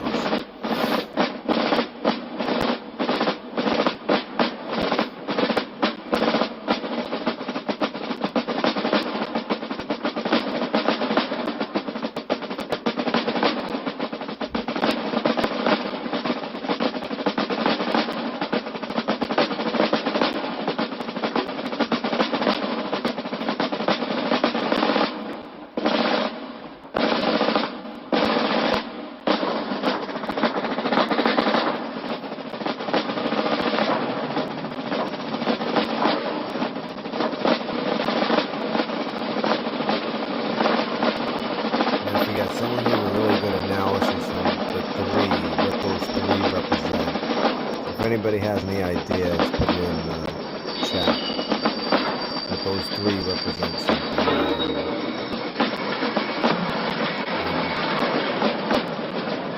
See how they just kind of like limp in.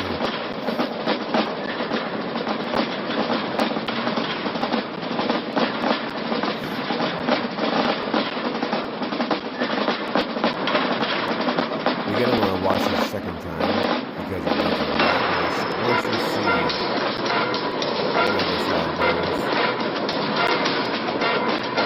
becomes clear what it's about. And it makes you want to watch it again.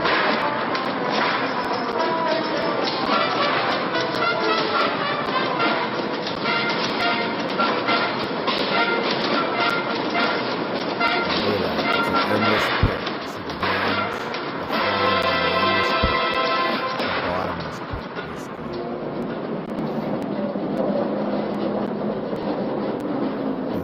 They're like these like angel like figures.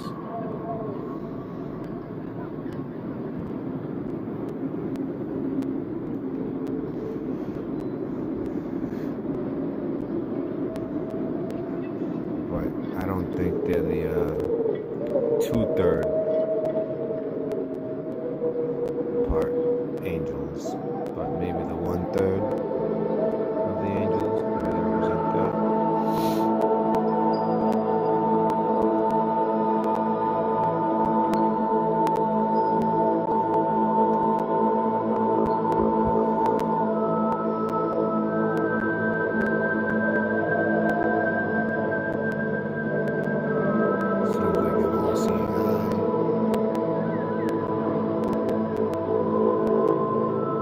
Some of this might seem like what I'm saying, it might seem like, it might represent that, but I don't know. And also, I think I just saw a phoenix. No symbology.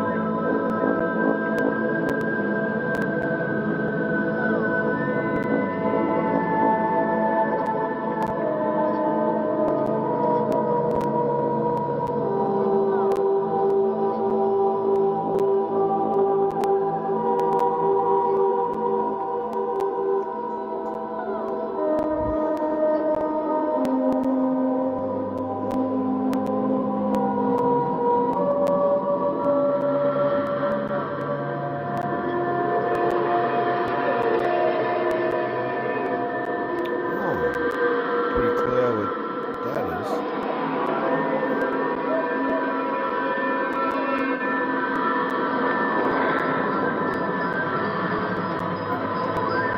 With the wings.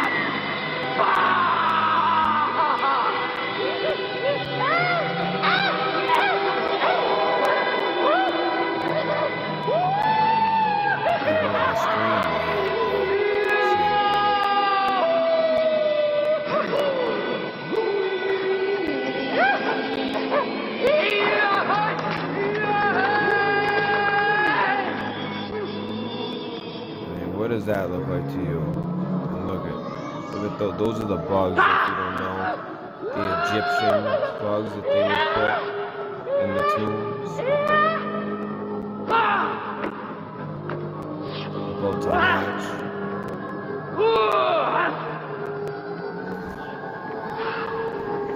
Or they have hatched. Pretty clear what we're looking at here.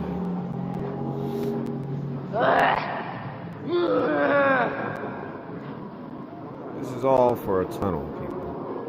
The eye symbology.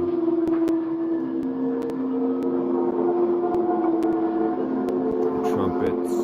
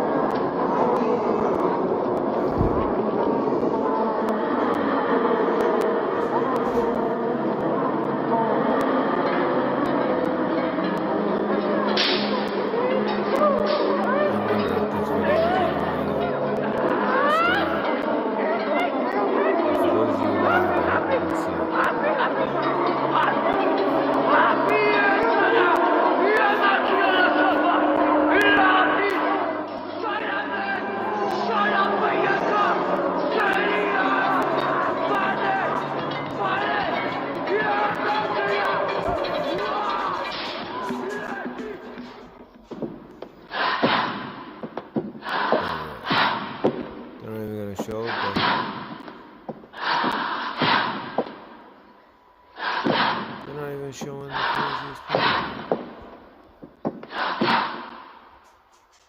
I don't understand, why aren't they showing?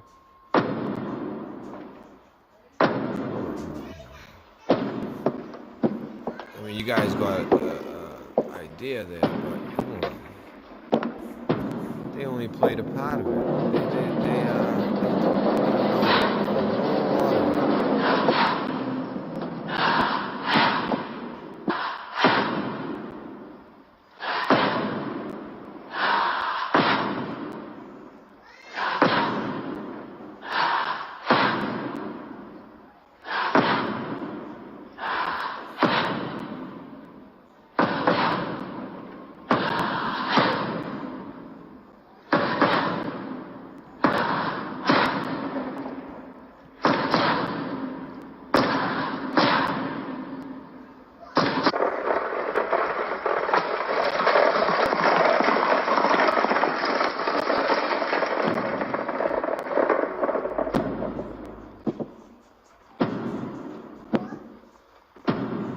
See how Google doesn't really show you the.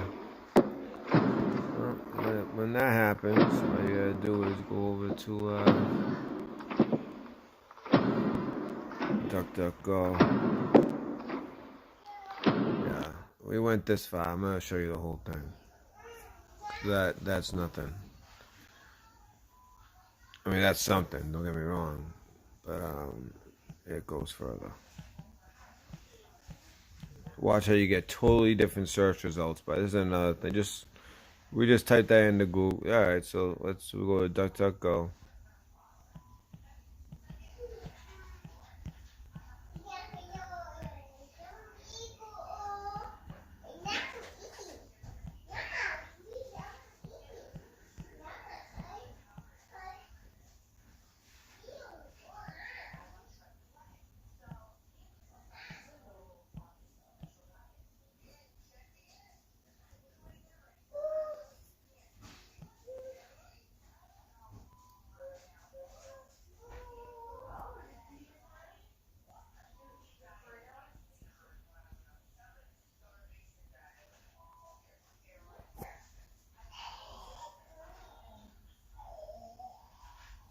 Oh, and by the way, there's two different. There's one indoors and one outdoors.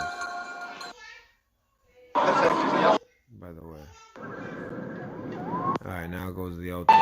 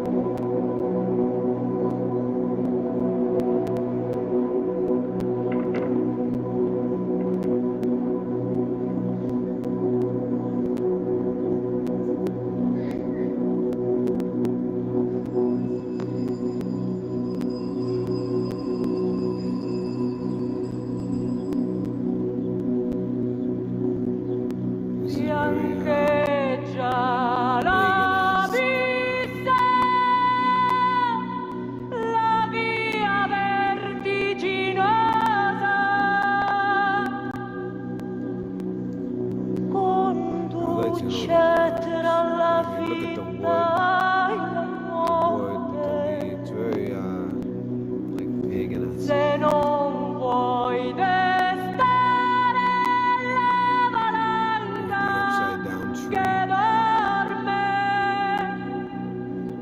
percorri in silenzio le vie dell'orrore. Un ponte si libra in alto sul ciglio del baratro, rento incurvato.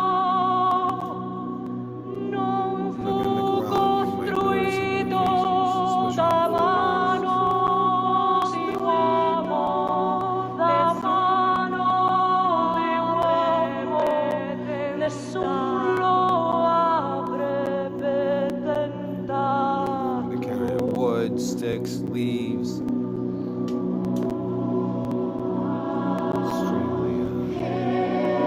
Siete alta, luminosa la regina su un intramontabile trono.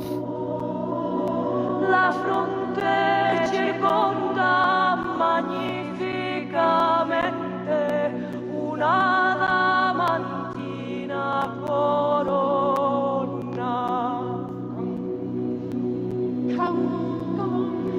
Vi scocca il sole, le frecce di luce che solo indorano senza scaldarla.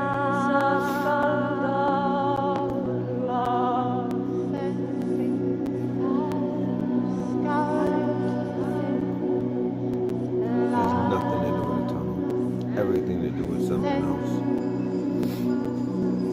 Make sure you pray after this.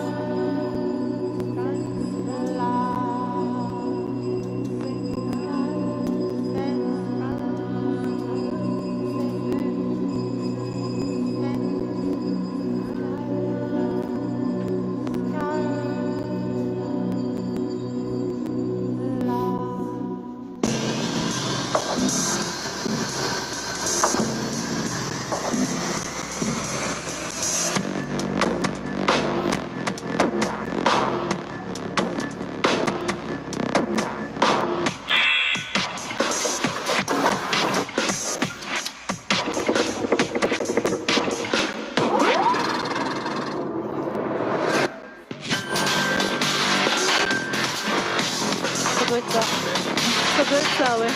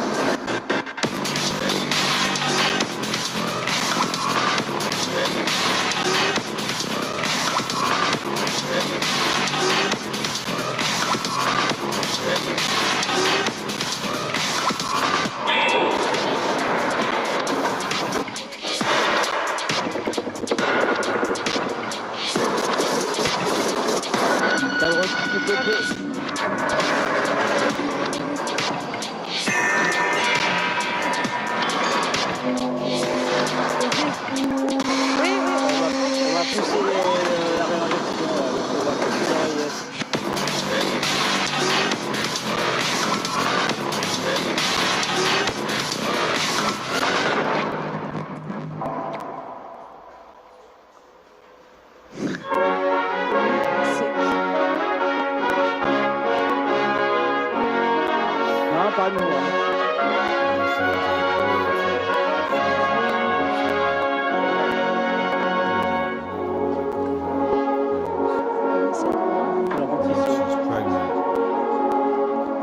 Mind you, right before she comes out pregnant, they have the forest basically. You hear, revelations, the pregnant woman in the forest. Again, more sexual. He's obviously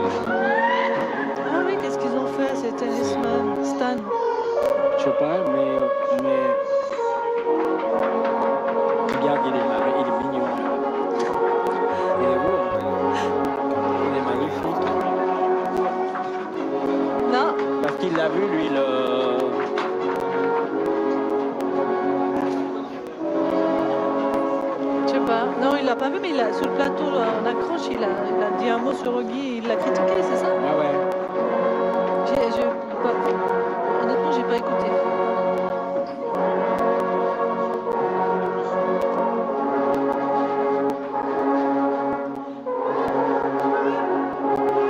Elle couche pas.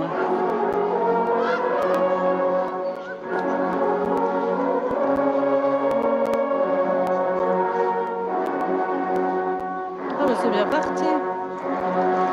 C'est qui?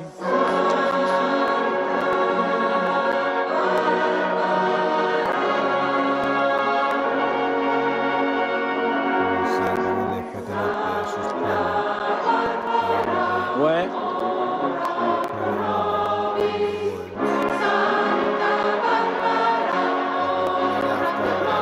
Est-ce qu'il démonte quoi? Il démonte tout. On n'avait pas jusqu'à 5h30, une trêve jusqu'à 5h30. Ouais, mais on avait une trêve jusqu'à 5h30. Enfin, le truc, ils s'étaient engagés à commencer qu'à 5h30 pour nous. Ouais. Ouais, ben, il fallait leur dire qu'on avait un accord. Voilà. Ils mettent d'abord tout le monde chez eux, puis ils nous avaient promis qu'ils recommençaient qu'à 5h30. Ah ouais, mais alors l'oreillette, elle est pas bonne. C'est pas possible avec lui des grandes oreilles. Mais non, il y en a une qui va pas, celle de gauche, elle va pas. Hein. Ouais, faut tirer le fil un peu. Faut tirer le fil sur la gauche. À Monsieur Solari, Monsieur Solari. Ouais, puis il y a aussi un il va faire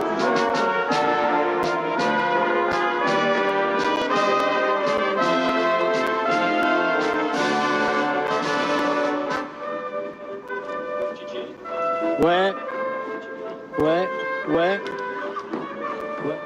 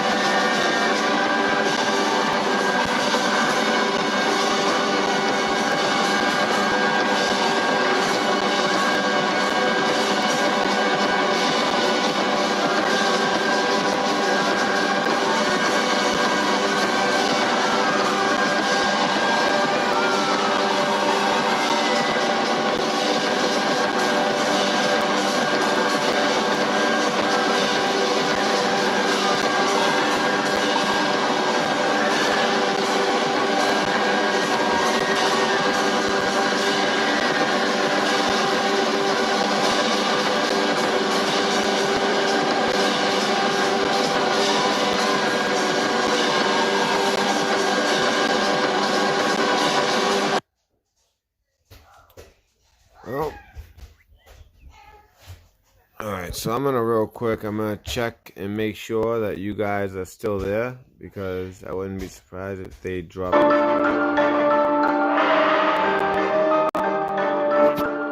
Men have always tried to encode secrets. Military communication, love letters, forbidden knowledge. Sooner or later, most secret texts have been decoded. But among all of history's cryptic writings, one has stood out. This text has defied all attempts to unveil its secret for centuries. The Voynich manuscript.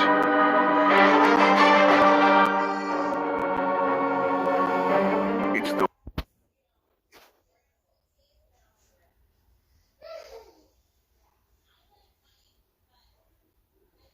It was actually like a mock ritual done there. I wonder if that mock sacrifice has been. Here we go. And this is right at that. See that? And see how it shines on the wall? Screen is a video that was posted within the last day, and it apparently shows a blood sacrifice happening in front of the Shiva statue at CERN. Now, the full video is just under 2 minutes long, and I'm going to play it back in just a moment. Fair warning, though, if you're at work, maybe turn down the audio, because once the camera guy sees the sacrifice, he flips out and starts cursing up a storm. After that, I'll give you some of my insights on the video, and we'll go from there. Enjoy. Recording it. All these robed figures come out, and this is the Shiva statue, the destroyer of worlds. And that's at CERN. And that's what they choose to have. Come on.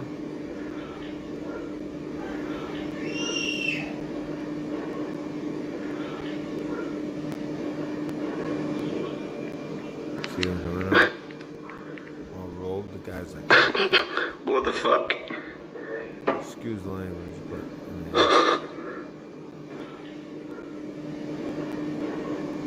some people think this is faked. I don't. I mean, I don't think he's that good of an actor to be able to. He really seems shaken up.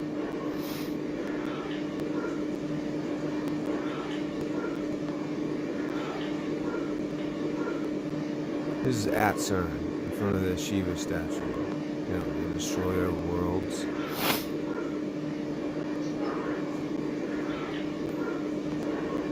She seems to be a willing participant. Sacrificed, but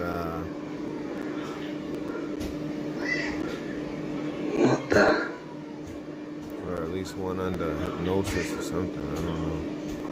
I think he has a knife. You can see it kind of glimmering. Fuck! Shit! Fuck!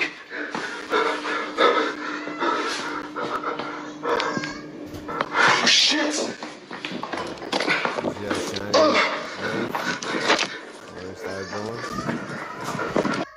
Look at that. There's the. Okay, so that's pretty alarming to the unsuspecting viewer, and it deserves to be noticed.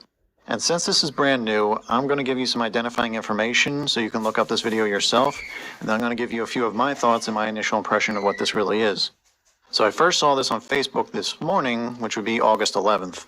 And here's a snapshot of the Facebook page that it was uploaded to. You can see it was posted about 18 hours before I saw it, which would place it somewhere around midday, August 10th, Eastern Standard Time. So I went and did a quick Google search on it, and I found just a few other uploads from just a few hours before, which would be earlier this morning, August 11th. So from my limited search, this is the earliest upload I could find. And the name of the page is apparently in Arabic. Please correct me if I'm wrong. Google Translator tells me it translates to Miracle Astronomical Cone, as you can see. If you play it back, it sounds like this. معجزة فلكية كونية. And jumping back over to the Facebook page, you can see a logo that implies a mystic of some sort parting the waters, and the banner has this mirrored image over here, which is interesting. I don't know anything else about this page. A link to it is provided below in the basic description, as well as a translation of the original text that was posted with it. I don't know how accurate that translation is, but reading through it, that text merely adds to the suspicion I have of this video. Feel free to explore it for yourself. Okay, so, my thoughts. On the whole, this is too blatant to be ignored and a little too obvious to be real. There's very strong potential for this to be controlled opposition, where the truth is put out there in plain sight, the truther community goes nuts over it, it hangs out there for a few days and pops up on mainstream media a little bit, then just as it gains traction, it gets debunked, further pushing the masses away from the truth and stoking the flames of rebellion in the hearts of awakened people everywhere. That's my initial thought on it. So let's go over a few points that I noticed, and then I'll leave it up to you to decide. First, there's too much going on here to ignore. Maybe it's a staged location, but it really does look like the statue we've seen over and over again, and I'll put a couple of images on the screen for comparison. And honestly, a blood sacrifice is a very serious implication to even joke about, but then again, maybe this will be revealed as a prank in all of us backwards spiritual religious types. We'll just have to wait and see. Second, how do rituals this obvious not get caught sooner? The panic from this camera guy implies that he had no idea that this happens at this location. And for a top secret occult group hiding in the shadows all this time, they didn't exactly attempt to disguise this event in any way. It's really out there in the open. Third, this is relatively minor, but the outfits don't look very convincing to me. They threw on some robes or blankets that look like robes. They're all wearing sneakers with shorts, and they didn't really dress up in any other way. So all this kind of has the production value of a video made for a high school class at a really convincing location. Fourth, and this is related to number 3, the timing of their entrance all the way through feels completely staged as well. This guy had the camera rolling before they're even visible, yet he's shocked at first sight. Maybe someone alerted him ahead of time, I'm not sure. And fifth, and this is the very first thing that caught my attention, so if we scroll through it, you'll see in slow motion that when he panics, he starts making a lot of motion with the camera, and scrubbing through it in slow motion, we can see that he's in a stairwell, for what it's worth. He starts to run away, and the video cuts out exactly on this visual of the Hadron Collider, letting us know where he's at. That is way too obvious to me. That doesn't happen by accident. That is intentional. Every last bit of this is framed up too nicely, despite the attempt at shaky cam. So, through and through, this feels like bait to me. I see this gaining traction and getting debunked. But you could take for it what you will. I mean, but anyways, someone just wanted to show the statue of Shiva. I thought I'd take it a step further and show you guys the... Alright, so let me see what else we got for news here, because this is run kind of long now, as these videos have been doing lately, but that's fine. Alright, so, trying to remember, what else did I have for you guys? The news strain. Oh, this is about, so by the way, and Burisma, by the way, is the company that Hunter Biden ended up being on the board of.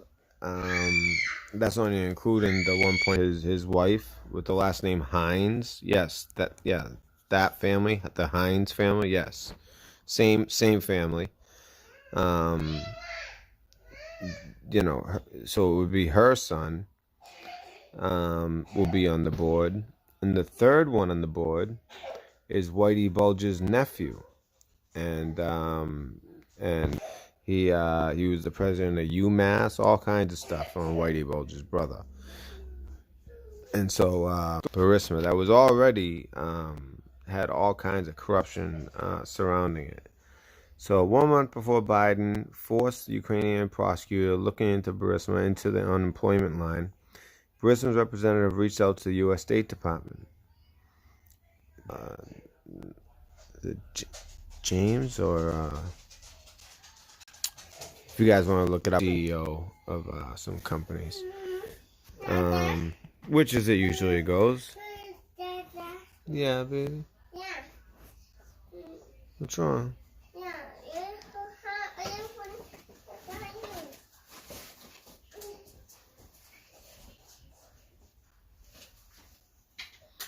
Oh, so I wasn't ready to go here yet. They votes. Where they got their meeting or not is unclear. It was at least scheduled. There's the ball. I'm like literally almost done. link to email chain confirming Burisma's plea with State Department. So we can check that out. So Blue Star Novelli contacts. So here's the email chain, declassified by someone. Patrick, checking in with you as whether you have anything back from Post on this. Thanks. In the meantime, please let me know if you have any questions or need further information. This is unclassified, by the way. This email is unclassified, although sensitive. 4 p.m. By the way, this is back in 2016. Wow. This would have been right after. Wait. No, this is while Obama's still president. They haven't had the election yet. So, per our conversation, Karen, not two, unless they don't consider Bolger high profile, I guess the son of,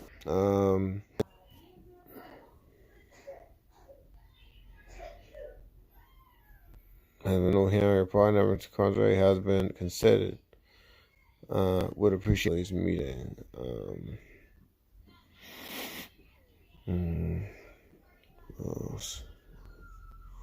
That's about it. This meeting was definitely scheduled as it said, but they're not sure if it actually took place. And but just about a month prior to the Burisma outreach, the Prosecutor General's office raided the home and offices of Mykola Zolewski. Zolewski was the owner of Burisma and was appointed the Natural Resource Manager for Ukraine in 2010. Read all about Ukrainian corruption in that article to get a feel of how SOP, the above scenario of Burisma using Biden Archer to avoid prosecution for their corruption. So here's a link confirming Devon Archer meeting with Kerry on March 2nd.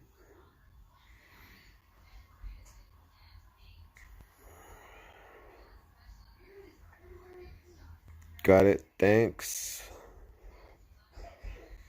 S just buzzed out here to let me know.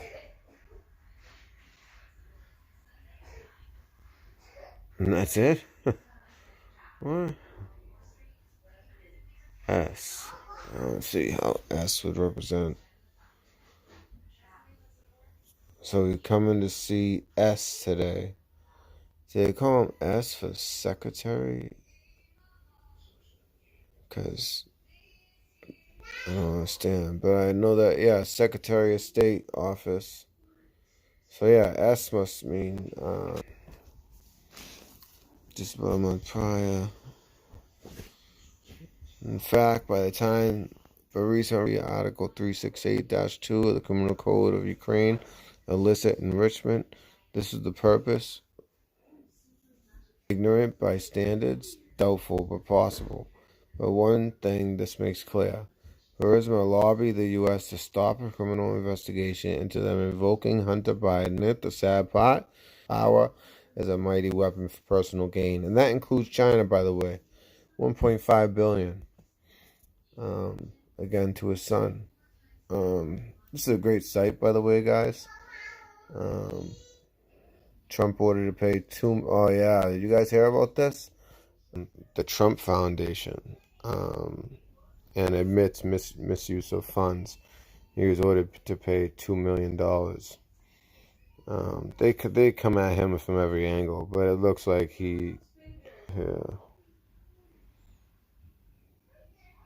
money laundering.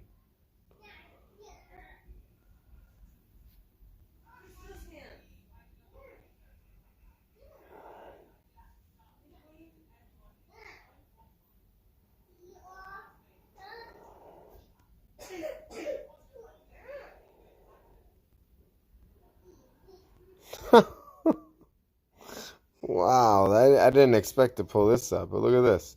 Epstein didn't kill himself. Someone arranged all the leaded stockings to say that. Wow. That's crazy.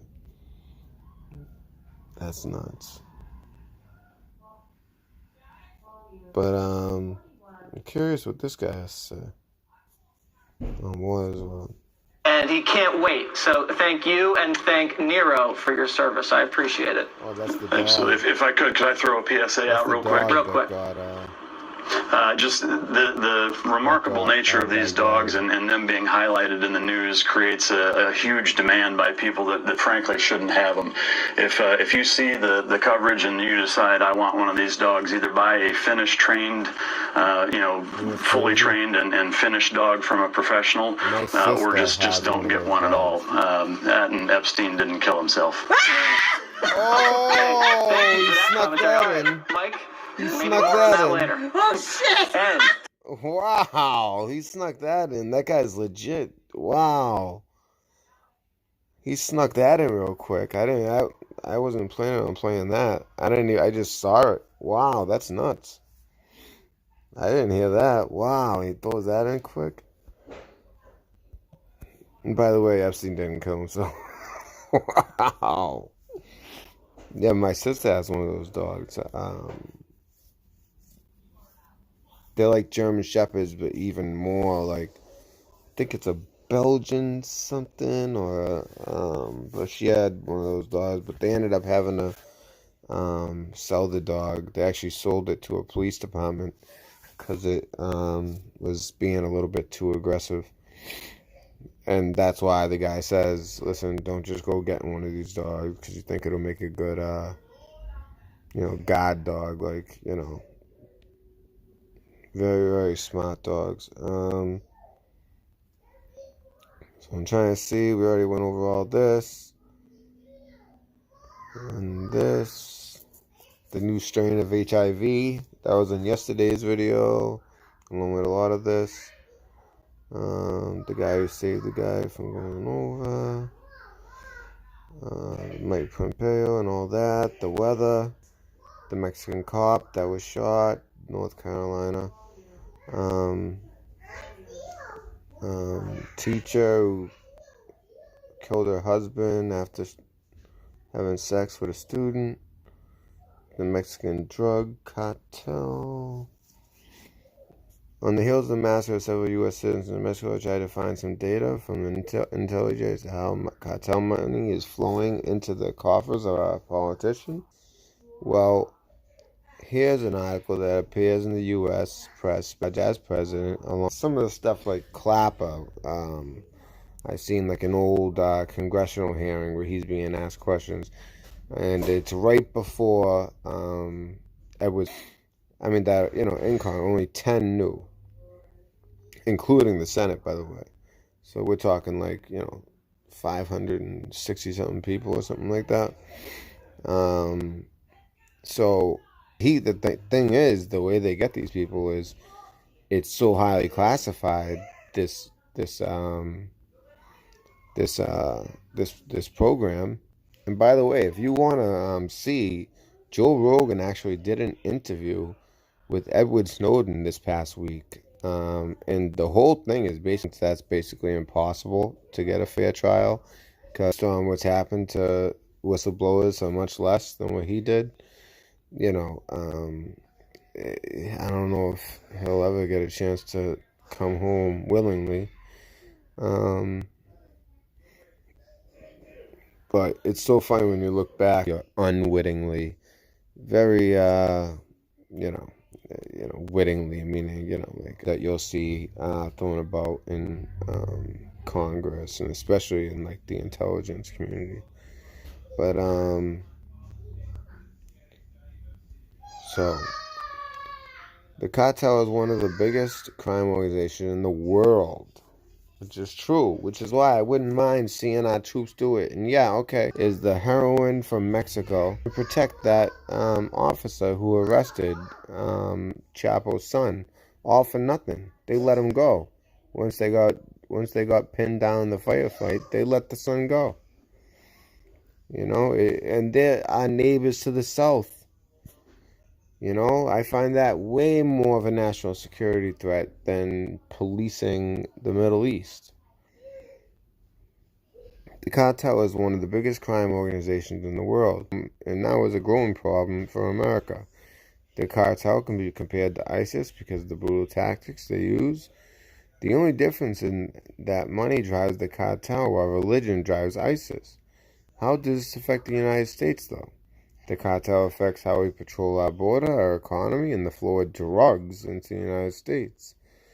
It is hard to if we can cut off their supplies crossing the border, it would starve them of money. To do this, we need to make it so that there is no corruption at the Border Patrol or position in the government. This can be very hard, though, of course. Have help from the Mexican government and the FBI to perform raids on known compounds to get them out of areas that they control. So hear me out. Why do many politicians, the MSN, go against what is written in the article from 2015? You know who they are. Are they already bought, sold, controlled by the cartel? Yes, I totally believe that. This is more like an opinion piece, but this is the article, by the way. Oh yeah, and I got this pulled up somewhere else. So yeah, I did mean to bring this up as well. So we read this part. The cartel, and then this part. The cartel is one of the biggest drug manufacturers in the world. The flow of drugs from Mexico and a lot of the marijuana when it was illegal. And I wouldn't say starting. They've been doing that as well. This helps fuels the wars on massive amounts of drugs being moved over the border and makes so there is more drugs in circulation, making it harder for police to do their job. Not only are there drugs going over the border, but there are people coming over as well. This in some places can make it hard for the economy. Since the cartel charges around the border to us, we send money and guns over to Mexico. And that's true. They transport all of their drug money back over to Mexico along with the other deals. According to one of the leaders captured from the Zeta cartel gang, they got all their guns from the United States, which I believe is 100% true. As we can see, they flood us with drugs and undocumented immigrants, and we supply them with money and guns. It is a never-ending cycle with us being the middleman. It is hard to the cartel. We read that part. So that's that. It was just a Washington State University thing. It was in 2015, and so this is back when it almost seemed helpless. And then Trump came along, and it became more realistic. Let me see what we got here. Once again, new info at 9 a.m. O'Keefe activates after receiving threats. So apparently James O'Keefe has more to share with us. He says he has been threatened by powerful people. Anyways, if you guys haven't seen this, James O'Keefe activates dead man switch before release of Epstein cover footage, which basically is ABC. It kind of makes sense because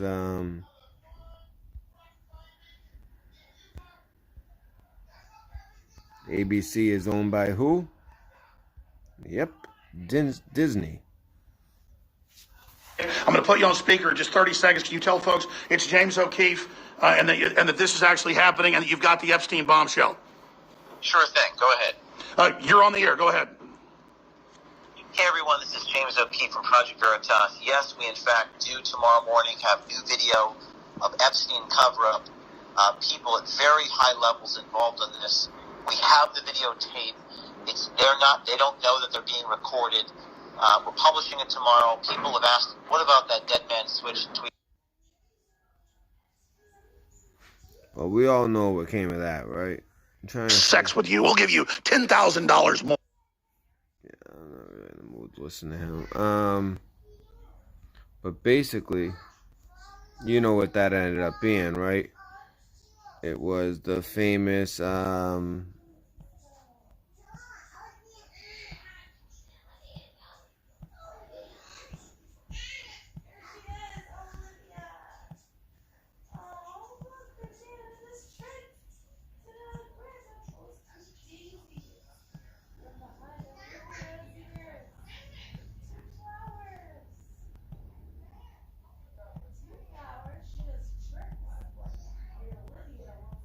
Sure, a lot of you guys have seen this, right? Since the other day.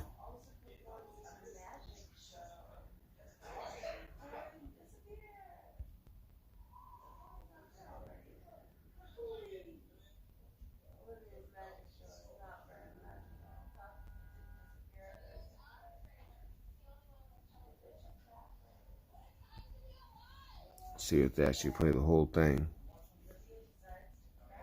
Wait, what is this? Ceramics are advanced materials. Your phone, your car, you could easily be surrounded by 100 to 150 keystone devices.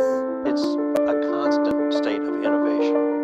I think the future of ceramics is perpetual.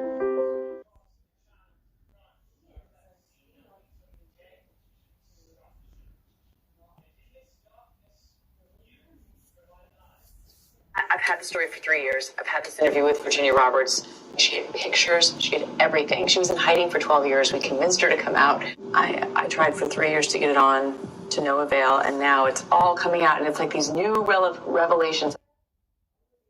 Yeah, and then she also says, and by the way, Jeffrey Epstein did Your phone, your car, you could easily be surrounded by 100 to 150 keystone devices. Just in case, I'm sure most of you guys seen this. I think the future of ceramics is perpetual. But Look, listen, I take our security very, very seriously. We have a lot of people at Project Veritas involved in the story, and I just meant that no matter what happens, we're going to publish the story tomorrow morning. It is all happening tomorrow at 9 a.m., and we've gotten the attention of some very powerful people. So stay tuned. Tomorrow morning, 9 a.m. Eastern Time on the internet. Hashtag Epstein cover-up. Hashtag. so, yeah, she ended up adding to that, that Epstein did not kill himself. Or that Epstein was alive. Former acting CIA. So here's another one. John McLaughlin. He's You have to agree that now the impeachment inquiry is underway, sparked by a complaint from someone within the intelligence community. It feeds the president's concern and often used term about a deep state being there to take him out. Thank God for the deep state. I mean, I think, everyone here has seen this progression of diplomats and intelligence officers and White House people trooping up to Capitol Hill right now and saying, these are people who are doing their duty or are responding to a higher call. That's why the guy sitting next to you is under investigation. It doesn't, I guess it doesn't, well, think about it for a minute. With all of the people who knew what was going on here, it took an intelligence officer to step forward and say something about it, which was the trigger that then unleashed everything else. Now, why does that happen? Tell American people why that happens is this is the institution in the U.S. government that, with all of its flaws, and it makes mistakes, is institutionally committed to objectivity and to telling the truth.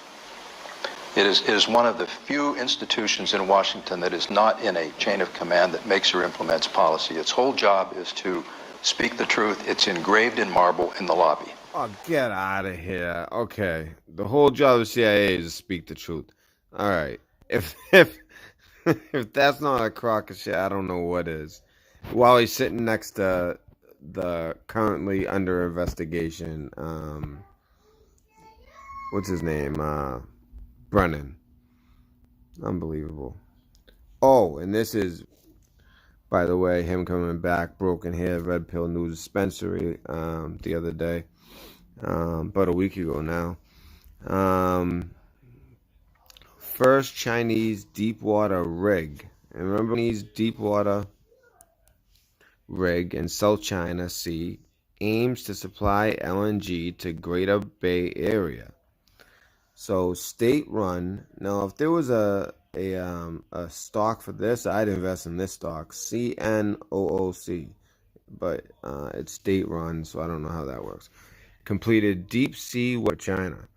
Once it starts production, LNG from the well will be transported to the company's terminal in Zhuhai to supply energy to a population of 70 million. A controversial offshore drilling in eastern waters of the South. The well is the drilling operation used by the world's top offshore drilling companies in the United States, Britain, and other.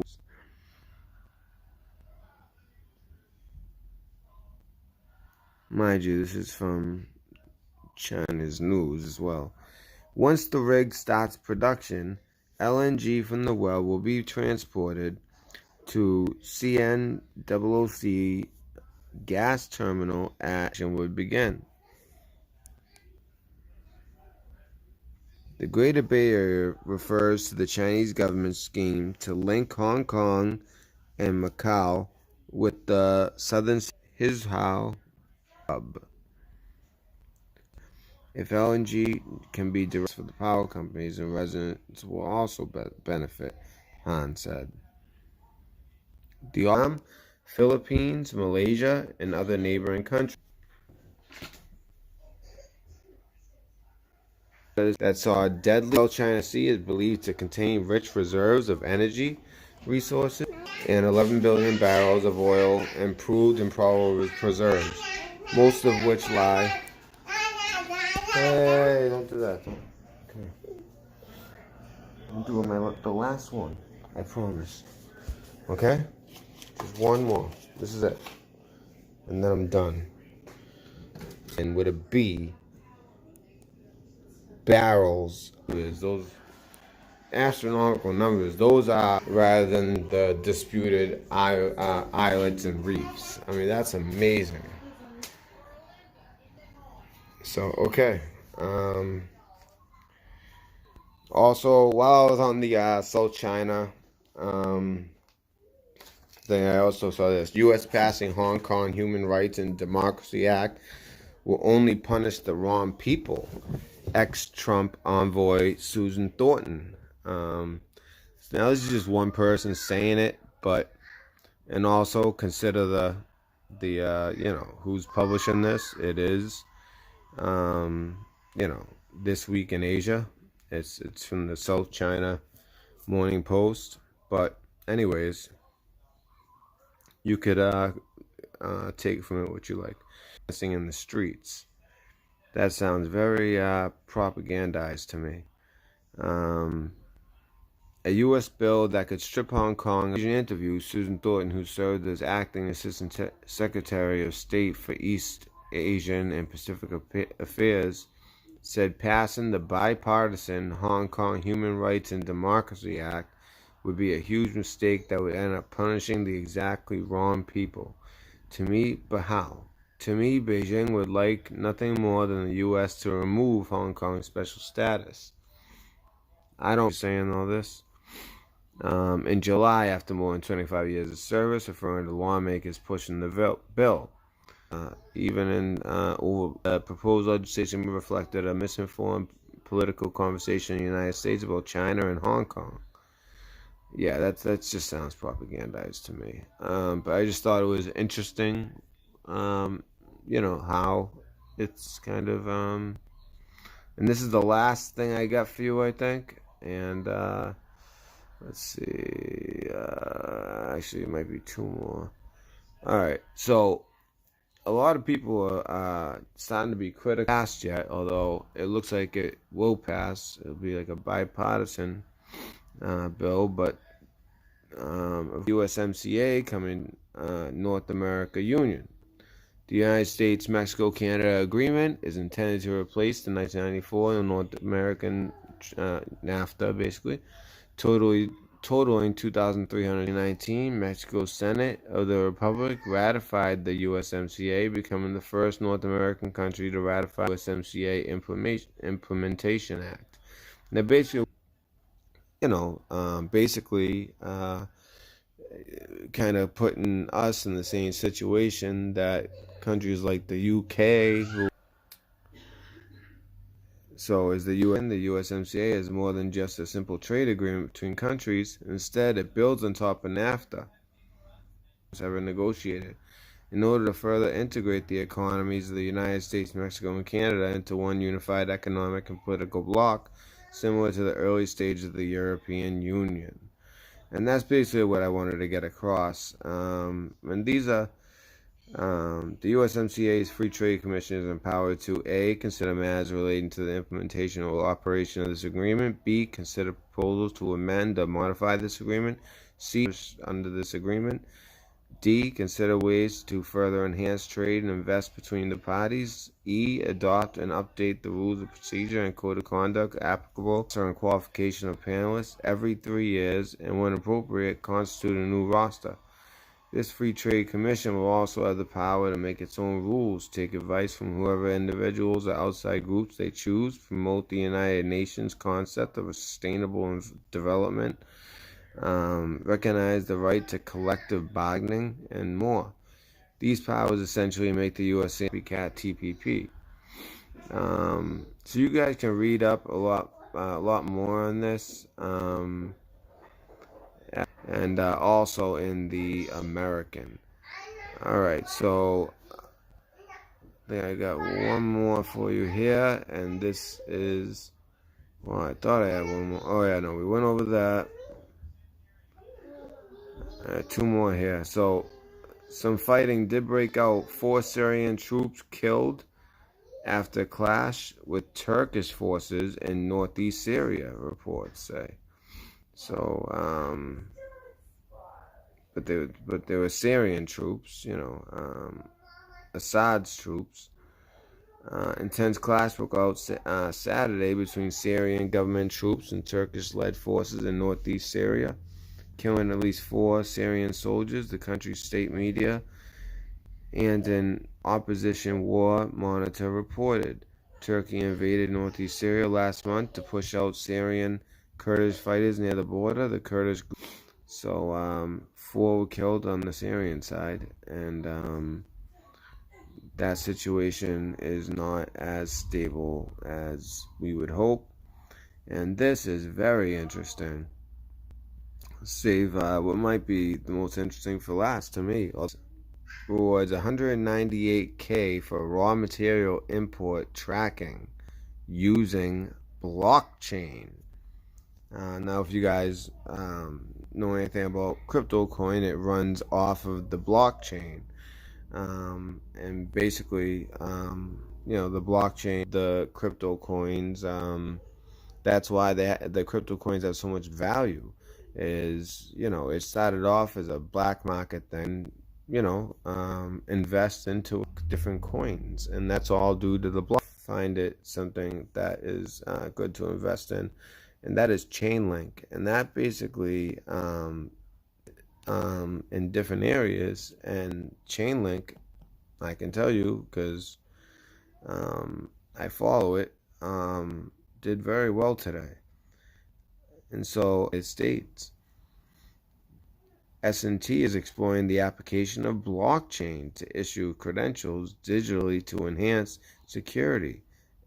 Ensure would be very people, but this actually would be helpful on the border. It's traceability and regulatory compliance for raw materials imports will adapt Transmute ID, its core technology product that leverages centralized and decentralized identity infrastructures to secure individual agency identities and verifiable connections.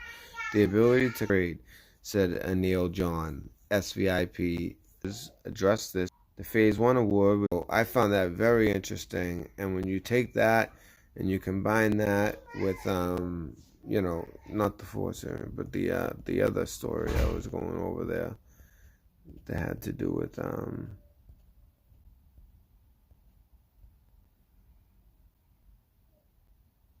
what was it? Oh yeah, with the, you combine that with the USMCA. Like with any technology, there is some things that worry me about it, if I'm being honest. But overall, I do see it. I hope you enjoyed this program. I know it was long, but it was full of just a lot of information. Did a couple deep dives that I didn't expect to do, but once we get a sniff and you know, we got a scent on a trace. We're gonna track it down. And we ended up finding out a lot, and I'm telling you right now, I'm gonna follow up exactly on what we were there, some of the controversies surrounding that program, but obviously there's a lot more than what was reported there. So I'll be looking into that. To be something like, you know, some of the things that were said, the American Union, and you know, if I hope you guys enjoyed the information here, and the best way to do that. And if you, people want to see the channel kind of grow soon, and if you're one of the people who donate 50 or more, to do Patreon, because I don't believe in, I've always said I never do Patreon because I won't give special information to people who pay. I won't do that. Information should be free, but you know, if for something like merchandise, you know, it says, you know, Red Pill News Dispensary. If anybody wants to make like a cool design, for the most, I'm good at math, appreciate art. You know, like, but I am just not an artist. I am, never have been, never will be. No one in my family is not. You know, I'm hoping Olivia gets, you know, both of our good qualities in that way. But you know, if I'm gonna do, but yes, any art would be appreciated, along with any comments below on how to improve the program. Just you know. But I hope you guys enjoyed, and just so you know, right now I'm saluting you, Red Pill News Dispensary. Thank you for hanging in there with me tonight, and I hope you guys enjoyed the show.